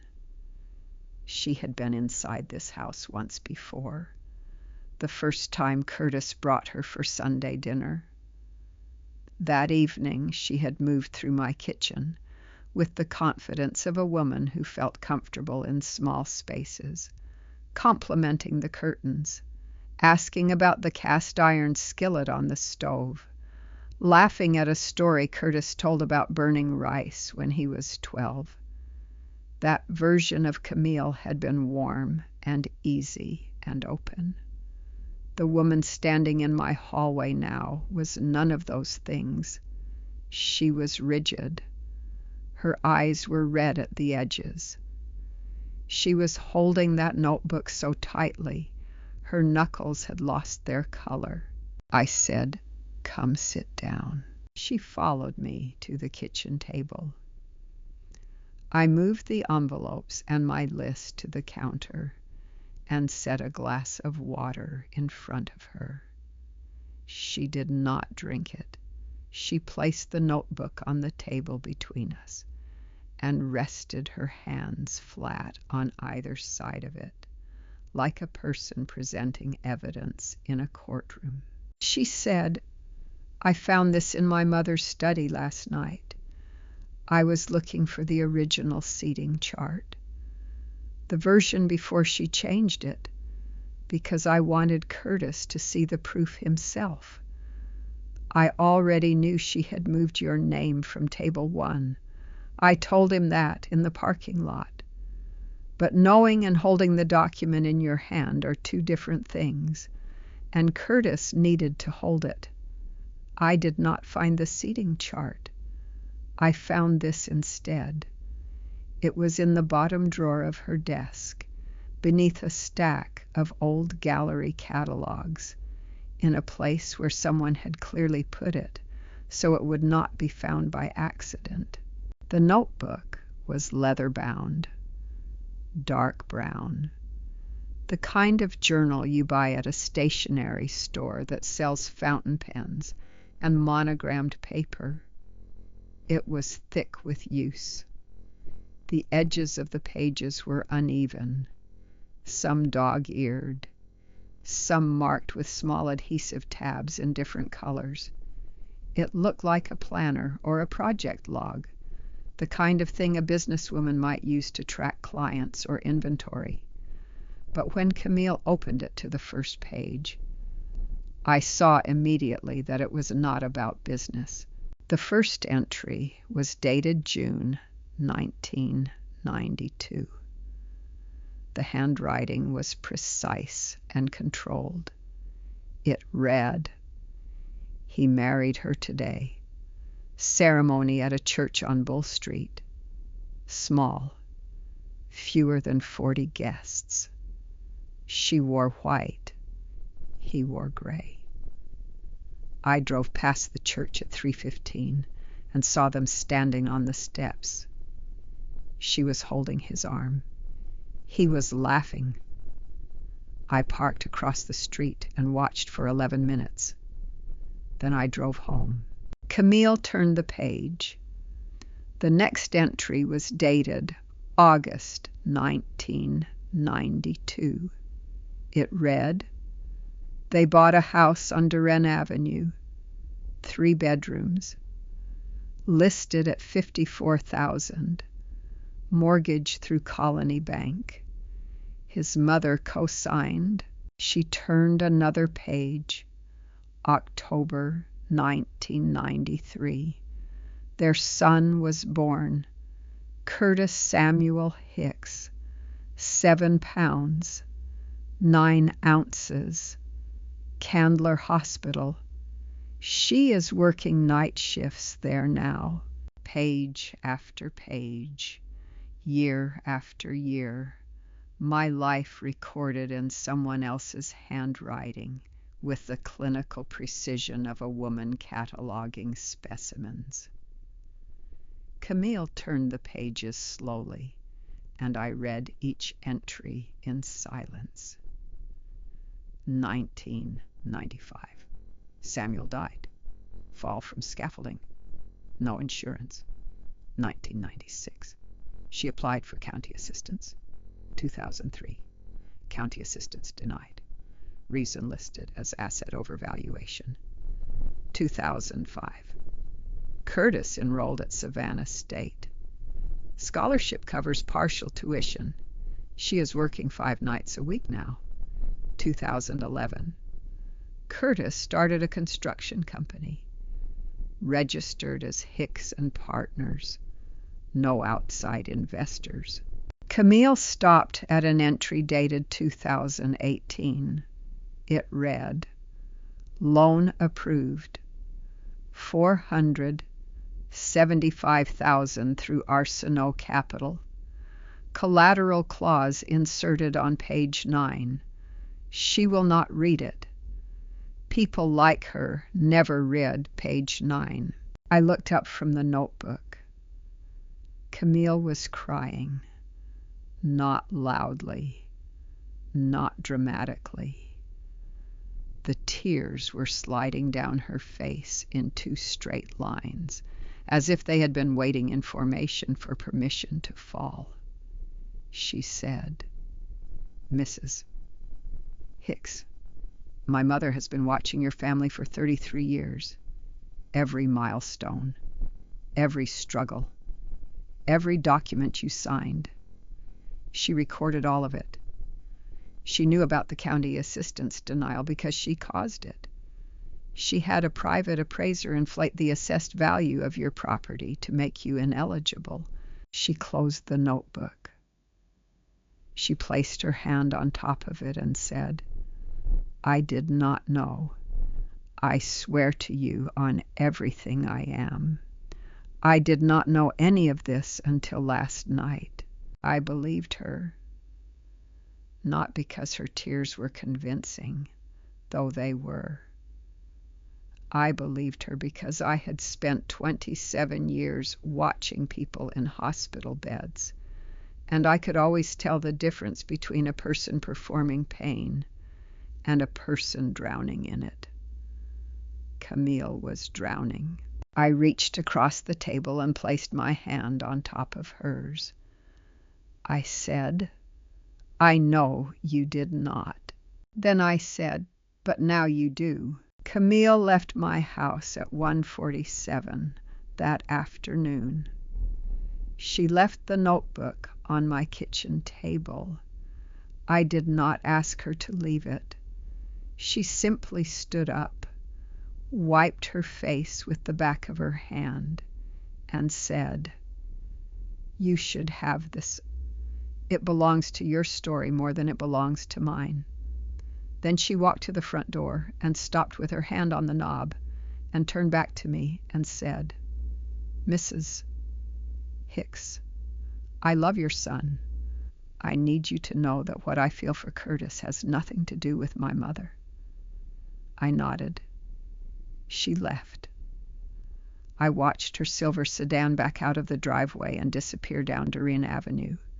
And then I went back inside and locked the door and stood in my kitchen, surrounded by 33 years of evidence, and tried to decide what to do next.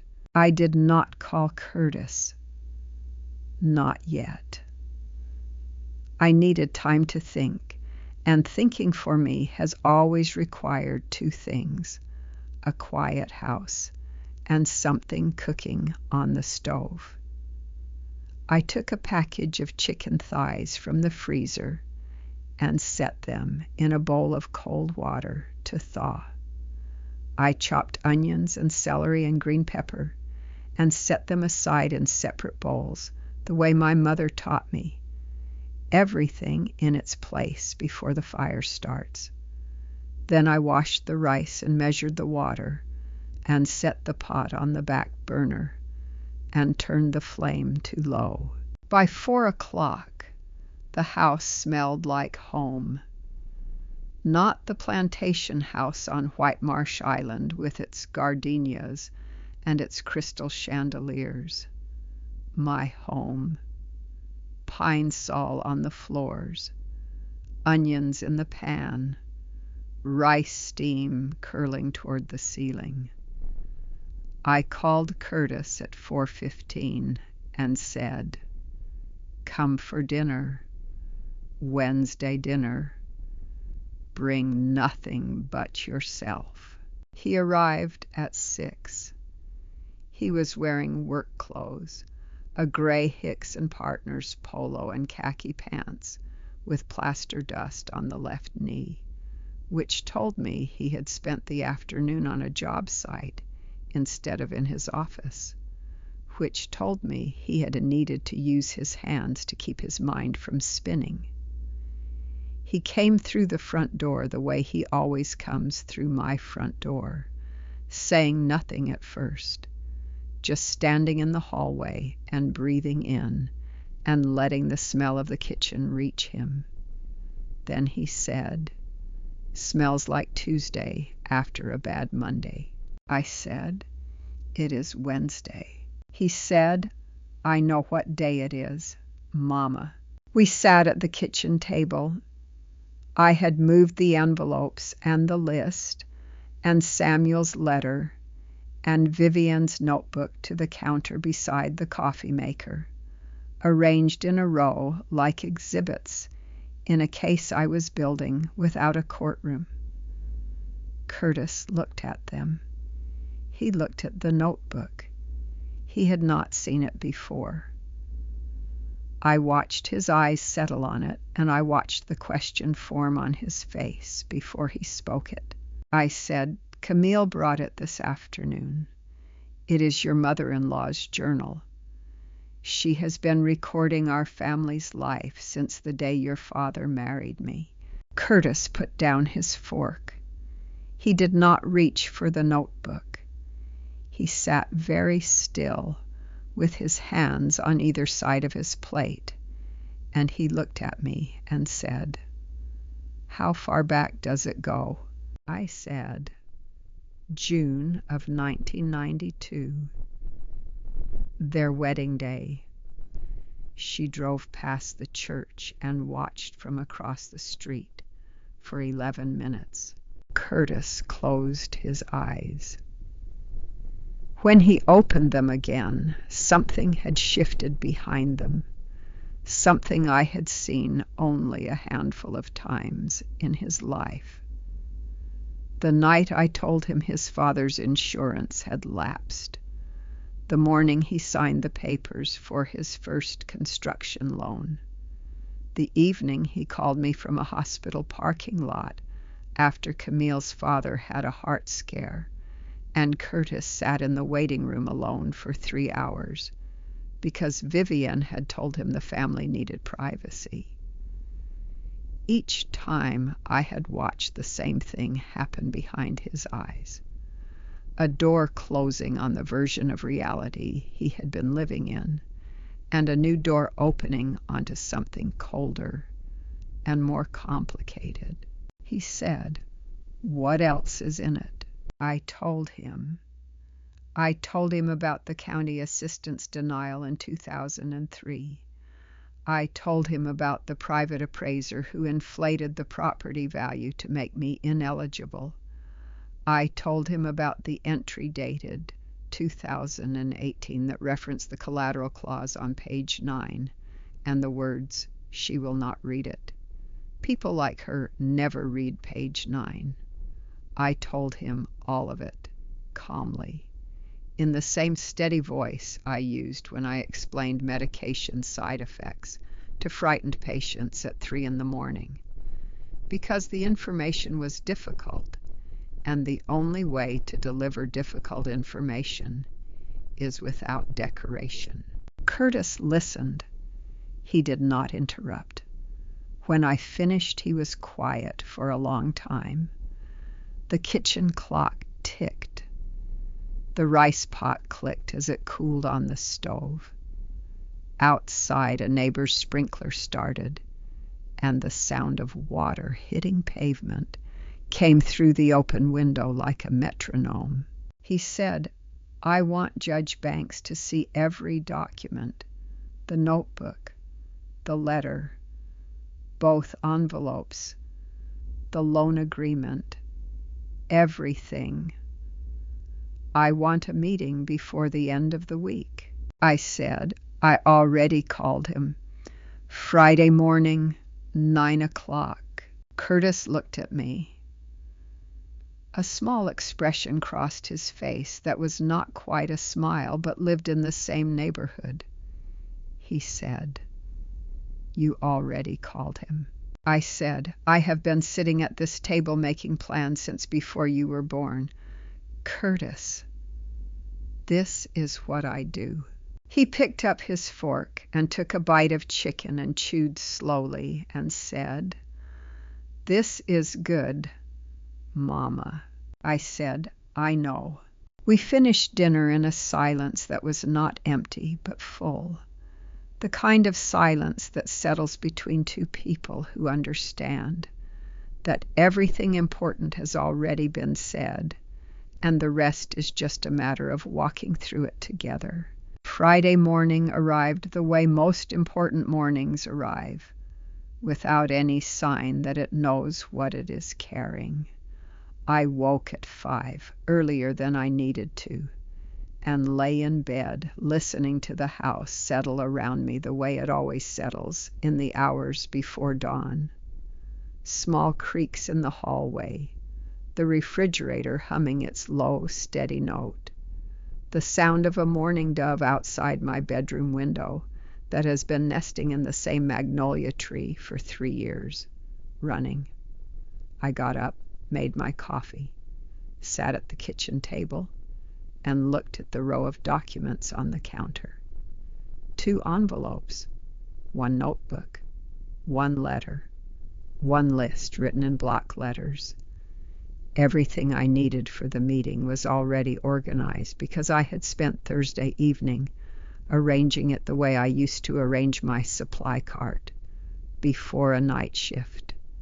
Every item in its place, so that when the moment came, I would not have to think about where things were. Curtis picked me up at 8:30. He was wearing a navy suit and a white shirt with no tie. His jaw was tight. He did not play the radio. We drove to Judge Banks's office on Drayton Street in silence, and when he parked the truck, he sat for a moment with his hands on the steering wheel and said, 40 minutes. That is what Banks said this would take.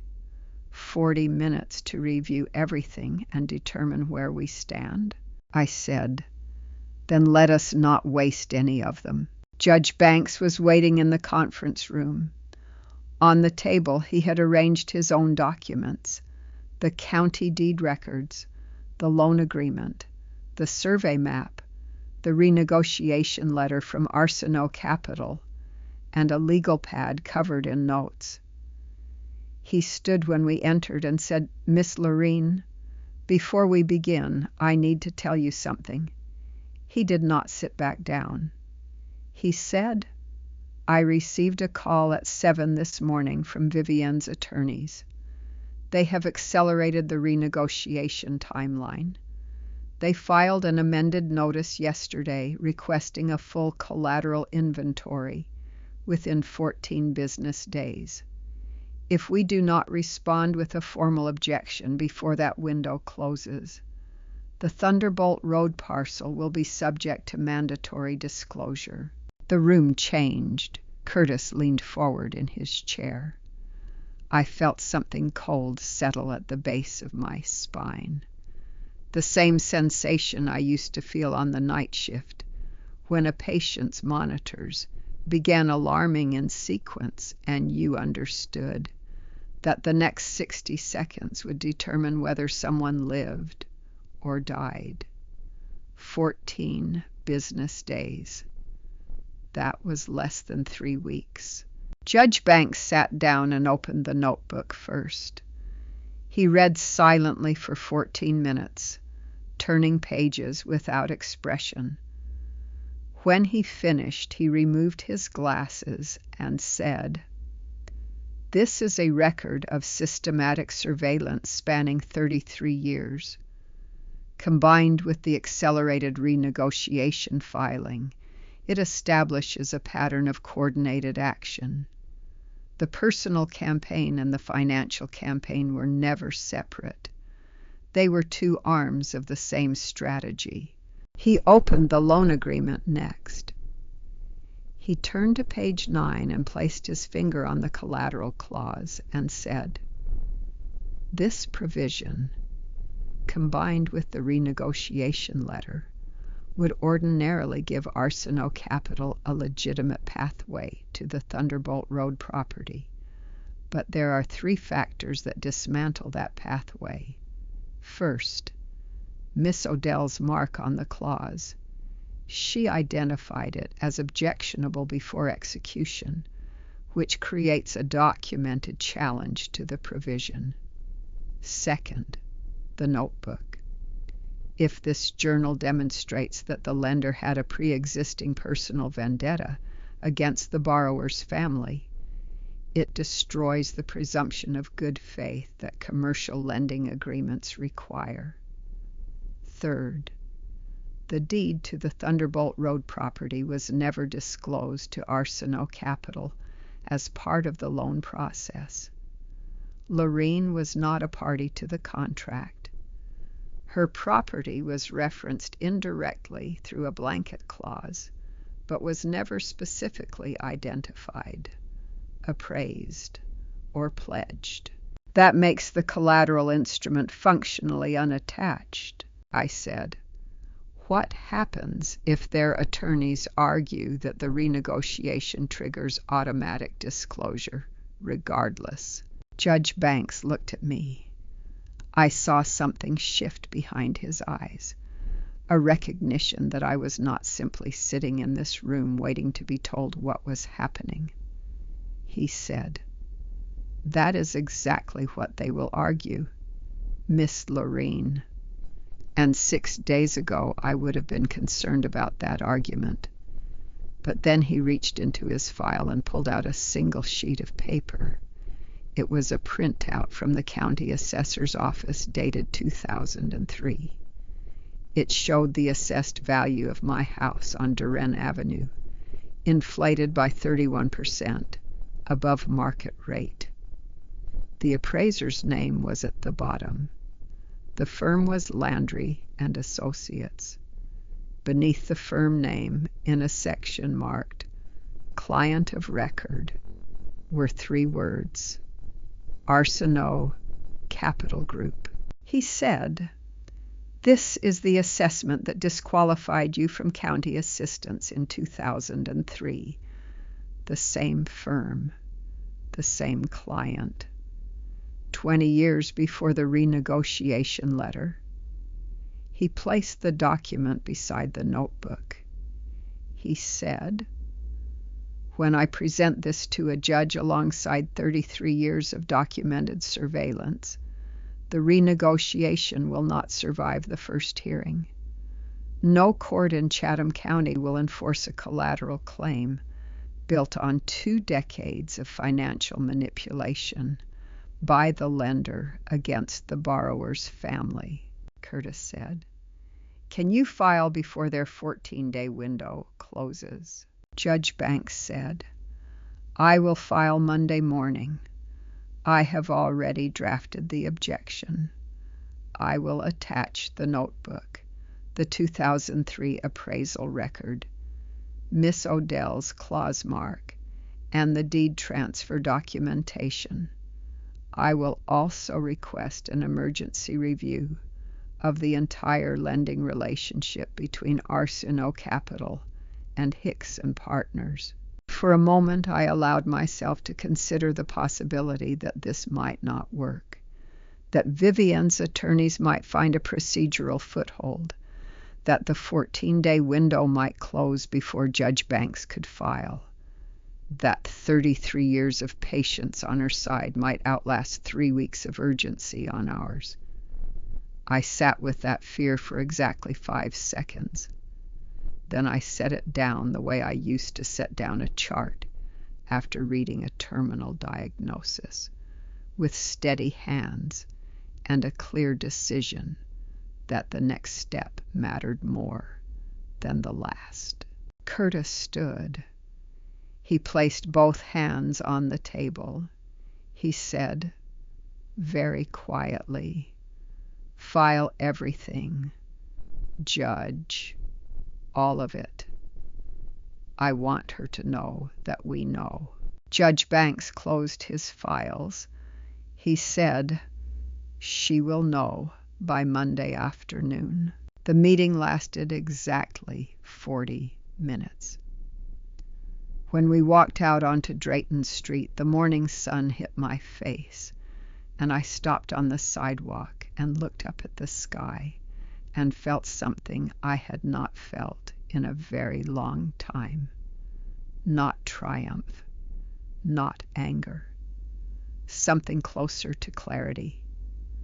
The feeling you get when a fog you did not know was there finally lifts, and you can see the road stretching all the way to the end, and you realize you have been walking it correctly this entire time. I did not expect Camille to come back.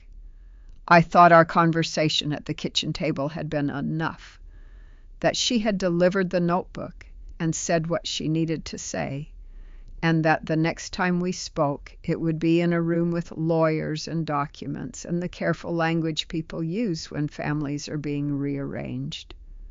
But on Saturday afternoon, the day after the meeting with Judge Banks, I heard a car pull into my driveway, and I looked through the kitchen window and saw the silver sedan again. This time she did not hesitate. She walked straight to my front door and knocked once, and when I opened it, she was holding a rolled-up piece of paper in her right hand and nothing else. No notebook, no purse, just the paper and the expression of a woman who has spent the past several days dismantling everything she thought she knew about her own mother, and has arrived at a conclusion she is not sure she can carry alone. She said, "Mrs. Hicks, may I come in?" I said, "Come inside." We sat at the kitchen table. I poured 2 glasses of sweet tea without asking if she wanted one, because some things do not require a question. She set the rolled paper on the table, but did not open it.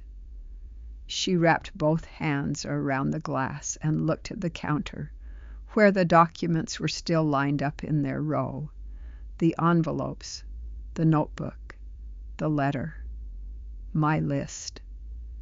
And she stared at them for a long time, the way a person stares at the aftermath of something they helped cause, even if they did not mean to. She said, "I spoke to my father yesterday, Lyndon. He told me he called you the morning after the wedding. He told me what he said about my mother and your husband." I nodded. I did not offer details. I wanted to hear what Lyndon had told his daughter and whether it matched what he had told me. She said, "He told me that my mother loved Samuel before you did, that Samuel ended it, that she never recovered. He said he has known about this for most of their marriage, and that he stayed because he believed she would eventually let it go." She paused. She took a sip of tea and set the glass down with both hands still wrapped around it. She said, "He was wrong." I said, "Yes, he was." Camille looked at me directly. She said, "Mrs. Hicks, I am not my mother. I need you to understand that. I am not the woman in that notebook. I did not know about the envelopes. I did not know about the seating chart until the morning of the wedding. I did not know about the loan clause until Curtis told me. And I did not know about the county assistants until I read it in her own handwriting." She stopped. Her voice had been steady until that last sentence, and then it cracked the way voices crack when the person speaking has reached the part of the story they have been dreading. She said, "My mother had your county assistants denied so that you would struggle. She watched you struggle. She wrote it down, and she kept going." I let the silence sit between us. I did not rush to comfort her. I did not tell her it was not her fault, even though it was not, because Camille did not need absolution from me. She needed something harder. She needed to sit in the truth of what her mother had done and decide for herself what kind of woman she was going to be on the other side of it. After a long moment, she reached for the rolled paper and spread it flat on the table. It was an architectural sketch, hand-drawn, not computer-generated, with clean, precise lines and notations in pencil along the margins. It showed a building, single story, wide front porch, large windows facing south, a sign above the entrance that read, "Hicks Community Center." She said, "This is for the Thunderbolt Road property." She traced her finger along the outline of the building. She said, "Curtis told me about the land, 11.4 acres. I have been thinking about it since he told me, and I could not sleep last night, so I got up and drew this. It is not a formal proposal. It is just an idea, a community space, classes for young mothers, financial literacy workshops, after-school programs, a place built on the land that Miss Odell protected for the people who live in the neighborhoods your family comes from." I looked at the drawing. The lines were careful and confident.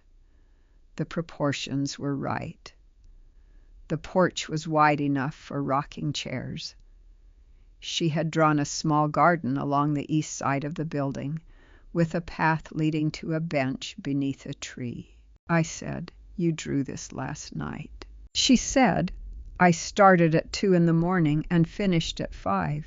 I said, 3 hours. She said, "Some things do not take long when you know exactly what they should look like." I studied her face. She was not performing. She was not trying to buy forgiveness on her mother's behalf. She was doing what I had watched her do from the very first Sunday dinner. She was following through. A woman who follows through is a woman you can trust.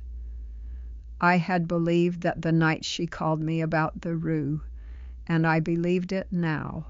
I said, "This is not something I can decide today." She said, "I know.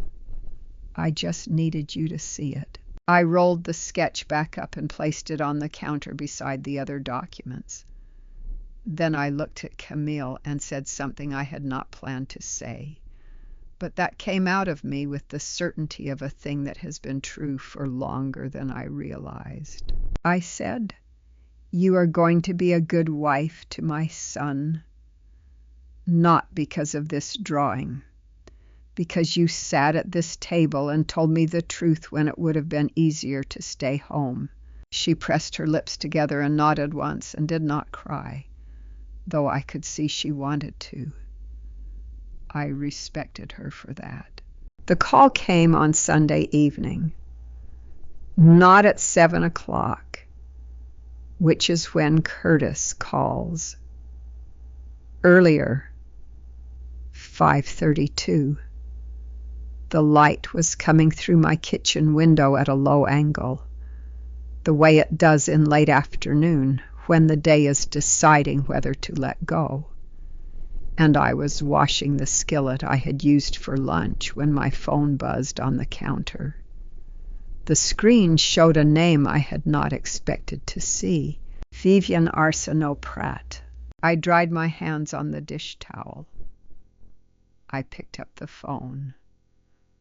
I answered it the way I answer every call, with my voice level and my back straight, even though no one could see me. Because posture is a habit, and habits do not know the difference between an audience and an empty room. She said, "Lorene, this is Vivian. I would like to speak with you." I said, "You are speaking with me." There was a pause. Not the kind of pause that happens when someone is gathering courage. The kind that happens when someone who has always controlled the tempo of a conversation realizes that the other person is not going to help them find it. She said, "I would like to come to your house today, if you will allow it. There are things I need to say to you, and I would prefer to say them in person." I looked around my kitchen. The documents were still on the counter, the envelopes, the notebook, the letter, Camille's architectural sketch, my list in block letters. Everything Vivian had spent 33 years building in secret was spread across my kitchen in plain sight, like a map of a war she had been waging against a woman who did not know she was under siege. I said, "You may come at 6 o'clock. She arrived at 5:58. I know this because I was standing at the kitchen window and I watched her park a black Mercedes sedan at the curb in front of my house, not in the driveway, as if she understood that pulling into my driveway would suggest a familiarity she had not earned. She sat in the car for 2 minutes. Then she stepped out.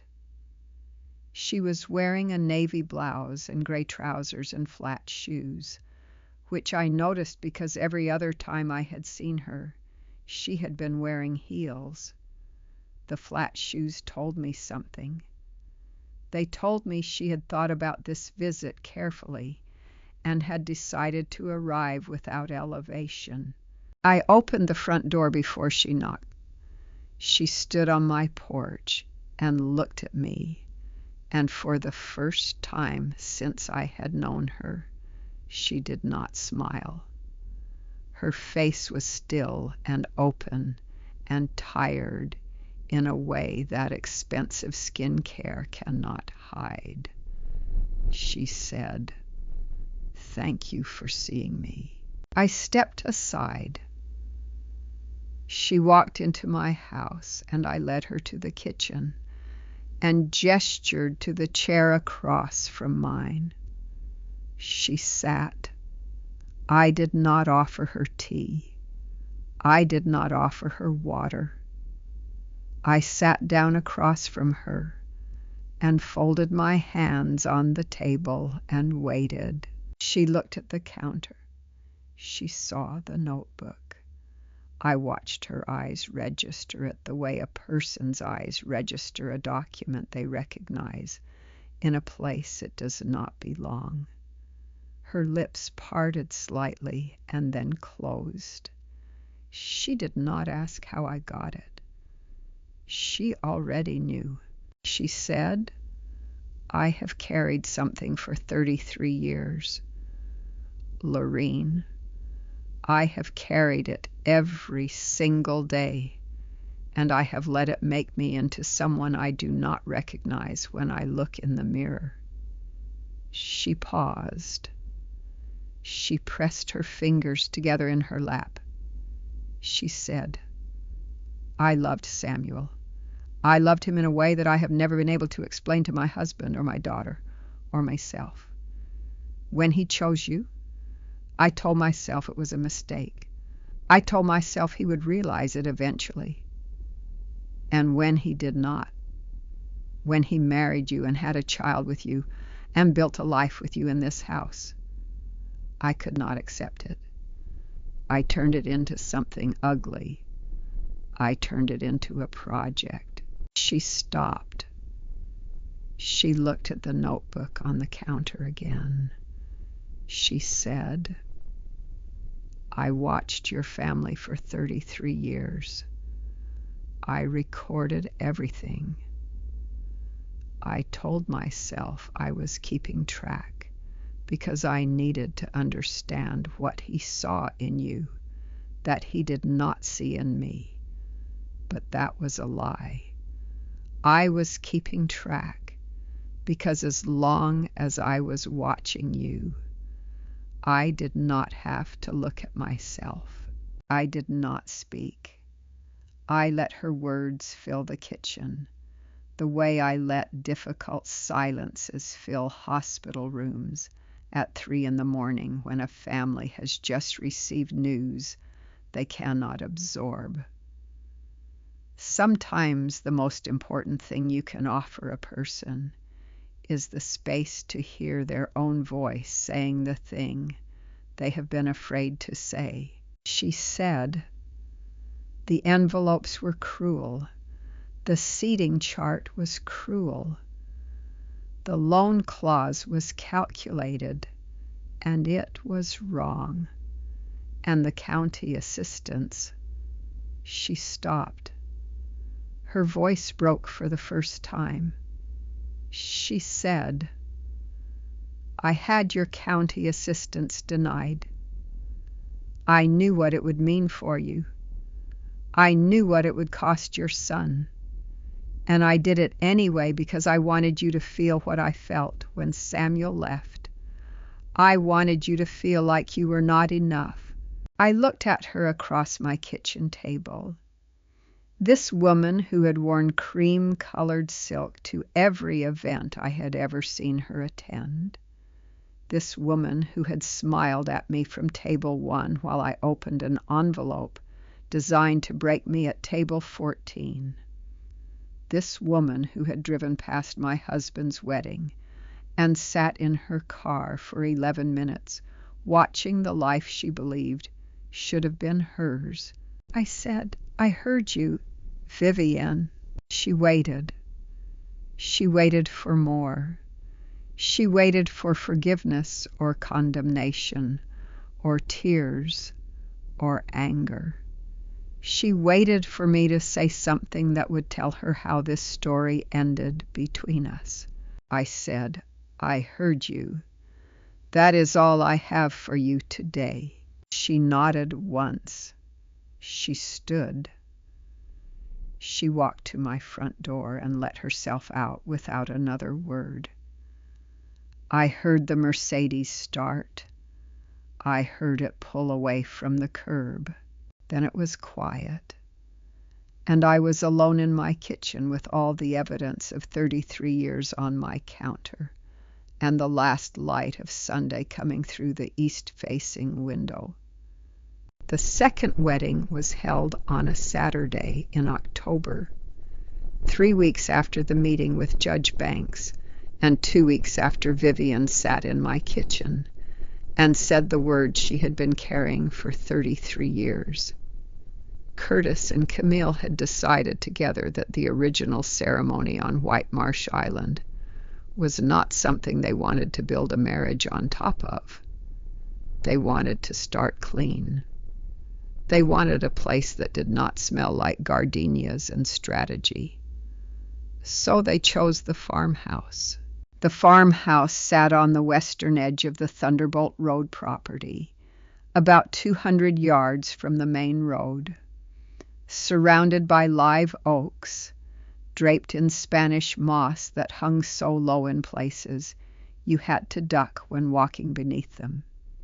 It had not been lived in for decades. The porch sagged on the left side and the windows were clouded, and the front door required both hands and a firm shoulder to open. But the bones were good. Samuel's father had built it in 1962. With lumber he milled himself from trees on the property, and the joists were heart pine, the kind that gets harder with age instead of weaker. Curtis had spent the past 2 weeks reinforcing the porch and clearing the grounds and stringing lights between the oaks. And when I pulled into the gravel drive that Saturday morning, I stopped the car and sat still, because what I saw through the windshield made my throat tighten in a way I was not prepared for. It was beautiful, not the beauty of crystal chandeliers and gold chairs and napkins folded by professionals. The beauty of a place that had been forgotten and then remembered. Wooden benches lined the clearing beneath the trees. White wildflowers had been placed in mason jars along the center aisle. The porch had been set with a single long table covered in cream linen, and the chairs around it were mismatched, collected from the homes of people who mattered. I recognized 2 of them from Miss Odell's dining room. I was wearing a new dress, burgundy, not sage green. I had chosen burgundy because sage green belonged to the first wedding, and I did not want to carry anything from that evening into this one. The burgundy was deep and warm, and it felt like the color of a woman who has walked through something difficult and come out the other side without apology. My shoes were low-heeled and ivory. My earrings were the gold hoops. Some things you do not change because they are not yours to change. They belong to the person who gave them to you. Miss Odell was already seated when I arrived. Front row, left side. She was wearing a cream-colored dress, which I noted with a private smile because Miss Odell does not choose colors by accident. She was sitting straight-backed in her rocking chair, which Curtis had carried from her porch in Thunderbolt and placed at the end of the front bench so she would not have to sit on wood for 2 hours. Her wooden box was not with her. It was at home, beneath her bed, where it had always been, holding the documents that had protected this family for 3 decades. She did not need to bring it. The work was done. Camille walked down the aisle at 4 o'clock in the afternoon, and she was radiant in a way that had nothing to do with her dress or her hair or the light falling through the moss above her. She was radiant because she was walking toward a man she had chosen fully, knowing everything, carrying no secrets and no notebooks and no hidden clauses. She had earned the right to walk that aisle the hard way, by sitting at my kitchen table and telling me the truth. Vivienne was there. She was seated in the 3rd row on the right side, wearing a navy dress and flat shoes. She did not speak during the ceremony. She did not smile the way she had smiled at the first wedding, the kind of smile that was a weapon. She sat quietly with her hands in her lap and watched her daughter marry my son, and whatever she felt she kept to herself. Lyndon sat beside her. His hand rested on the bench between them, but did not touch hers. The ceremony was short. Curtis and Camille had written their own vows. Camille promised to build alongside him, not above and not behind, but next to, shoulder to shoulder, with her own hands and her own name. Curtis promised to protect what mattered and to never confuse silence with peace. When the officiant pronounced them married, the clearing erupted with the kind of applause I had been waiting to hear since the moment my son told me he had found the woman he wanted to spend his life with. It was real. It was earned. Afterward, we moved to the porch for dinner. The long table seated 24. Curtis had placed the seating himself. No chart, no easel, no ivory cards printed by a coordinator. He had written each name by hand on small pieces of cardstock, and he had placed them at each setting with care. I found mine at the center of the table, directly across from Miss Odell. Curtis was to my left. Camille was to my right. I picked up my name card and held it. The handwriting was Curtis's. Beneath my name he had written 2 words, "Built everything." I set the card down and pressed my fingers to my lips and closed my eyes for a moment. When I opened them, Miss Odell was watching me from across the table. She did not say anything. She gave me a single slow nod, the kind of nod that carries 30 years of knowing inside it. At the far end of the table, between the place settings for Lyndon and Camille, there was a chair. It was empty. A single white flower lay across the plate, and the name card in front of it read Samuel in Curtis's handwriting. No last name, no title, just his name, written by his son, placed at the table where he belonged. Nobody mentioned the chair during dinner. Nobody needed to. Dinner lasted 2 hours. The food was not catered. Curtis had asked me to cook, and I had spent the previous day in my kitchen making everything Samuel used to love. Smothered chicken thighs, rice and gravy, collard greens with smoked turkey, Cornbread from my mother's recipe, the one that uses buttermilk and a cast iron skillet heated in the oven until it smokes. Camille made the gumbo. She called me the night before to confirm the roux timing, and this time she got it right. When I tasted it at the table, I looked at her and nodded once, and she smiled the kind of smile a daughter-in-law gives when she knows she has crossed a line that cannot be measured in recipes. People talked. People laughed. Not the careful laughter of the White Marsh Island reception, the kind that folds itself at the edges to avoid being too loud. This was the laughter of people sitting in mismatched chairs beneath string lights on a porch that had been standing since 1962. Eating food made by women who loved the man getting married. It was the sound of something honest. I had not heard that sound at a gathering in a very long time. After dinner, as the plates were cleared and the coffee was poured, Vivienne stood from her seat at the end of the table. The conversation quieted. She did not walk to the front. She did not approach a microphone. She simply stood where she was, and for a moment she did not speak. Her hands gripped the edge of the table. Her lips parted and then closed again, as if the first version of what she wanted to say had failed her before it reached the air. She released the table.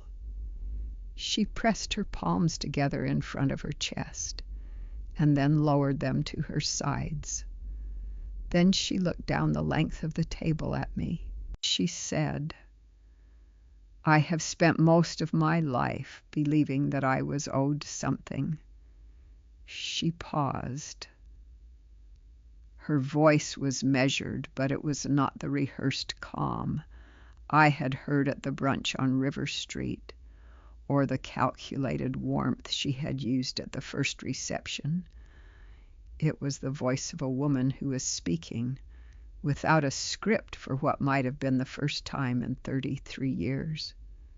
She said, "I told myself that what was taken from me justified what I did. I told myself that watching and recording and maneuvering was simply being careful, being strategic, being smart." She stopped. She looked at the empty chair with the white flower and Samuel's name card. Her chin dipped slightly. She held the gaze on that chair for a long moment, as though she were seeing him there, and could not decide whether to speak to him or to me. Then she said, but it was not smart. It was 33 years of refusing to accept that a man I loved chose someone else. And in the process of not accepting that, I caused harm to a woman who had done nothing to me except exist. She looked at me. She said, "I have thought every day since I sat in your kitchen about what that card at your seat should have said. I could not say it then. I was not ready. I was still holding the last piece of it in my hands, and I could not let go." She swallowed. "I will say it now. It should have said, 'She was always enough.'" The table was silent. Miss Odell's hand rested on the linen beside her plate. Curtis's jaw was tight, but his eyes were steady. Camille was looking at her mother with an expression that held both grief and something that might, in time, become a kind of grace. Lyndon stared at the table. Vivienne sat down. Her hands were shaking. She placed them in her lap where she thought no one could see. But I saw. I have always seen hands. I did not respond to her immediately. I let the moment exist the way it needed to, without rushing toward closure, without offering the kind of forgiveness that is given too quickly to be real. I had learned from 27 years of night shifts that some moments require you to simply be present in them without trying to fix what they contain. After a while, the conversation resumed. Coffee was finished. Curtis and Camille cut a small cake near the porch railing. People moved to the clearing beneath the oaks, and someone played music from a speaker, and a few of the younger guests danced on the grass. Miss Odell remained in her rocking chair with a cup of tea balanced on the arm. I sat beside her, and we watched the lights sway between the trees, and neither of us said a word for a long time. Eventually she said, "You did good, Lorene." I said, "We did good." She said, "Samuel would have liked this porch." I said, "Samuel built the bones of it. His father built the rest." She smiled. It was small and private, and meant only for me. At the end of the evening, after the guests had gone, and Curtis and Camille had driven away with tin cans tied to the bumper, I walked back to the long table on the porch. The name cards were still at each setting. I picked up the one Curtis had made for me. Built everything. I turned it over. The back was blank. I reached into my purse and pulled out the pen I had been carrying all week, the same pen I had used to write my list in block letters, and I wrote something on the back of the card. I wrote my name, Lorene Ann Hicks, and beneath it I wrote mother, nurse, landowner, enough. I placed the card in my purse beside Samuel's letter and the photograph and the list that now filled the entire page. Then I walked to the empty chair. The white flower was still on the plate. I picked it up and breathed in, but it carried no scent. White flowers sometimes do not. I set it back down gently. I said, "Still here, Samuel." Then I turned off the string lights, walked to my car, and drove home to my house on Duren Avenue, where the porch light was on because I always leave it on, because someone once told me that a house with a light on means someone is expected. And tonight, for the first time in a very long while, the person being expected was me. If this story reminded you of someone you know, a mother who held everything together with nothing but her bare hands and never once asked for applause, share it with her. She deserves to know that somebody told her story.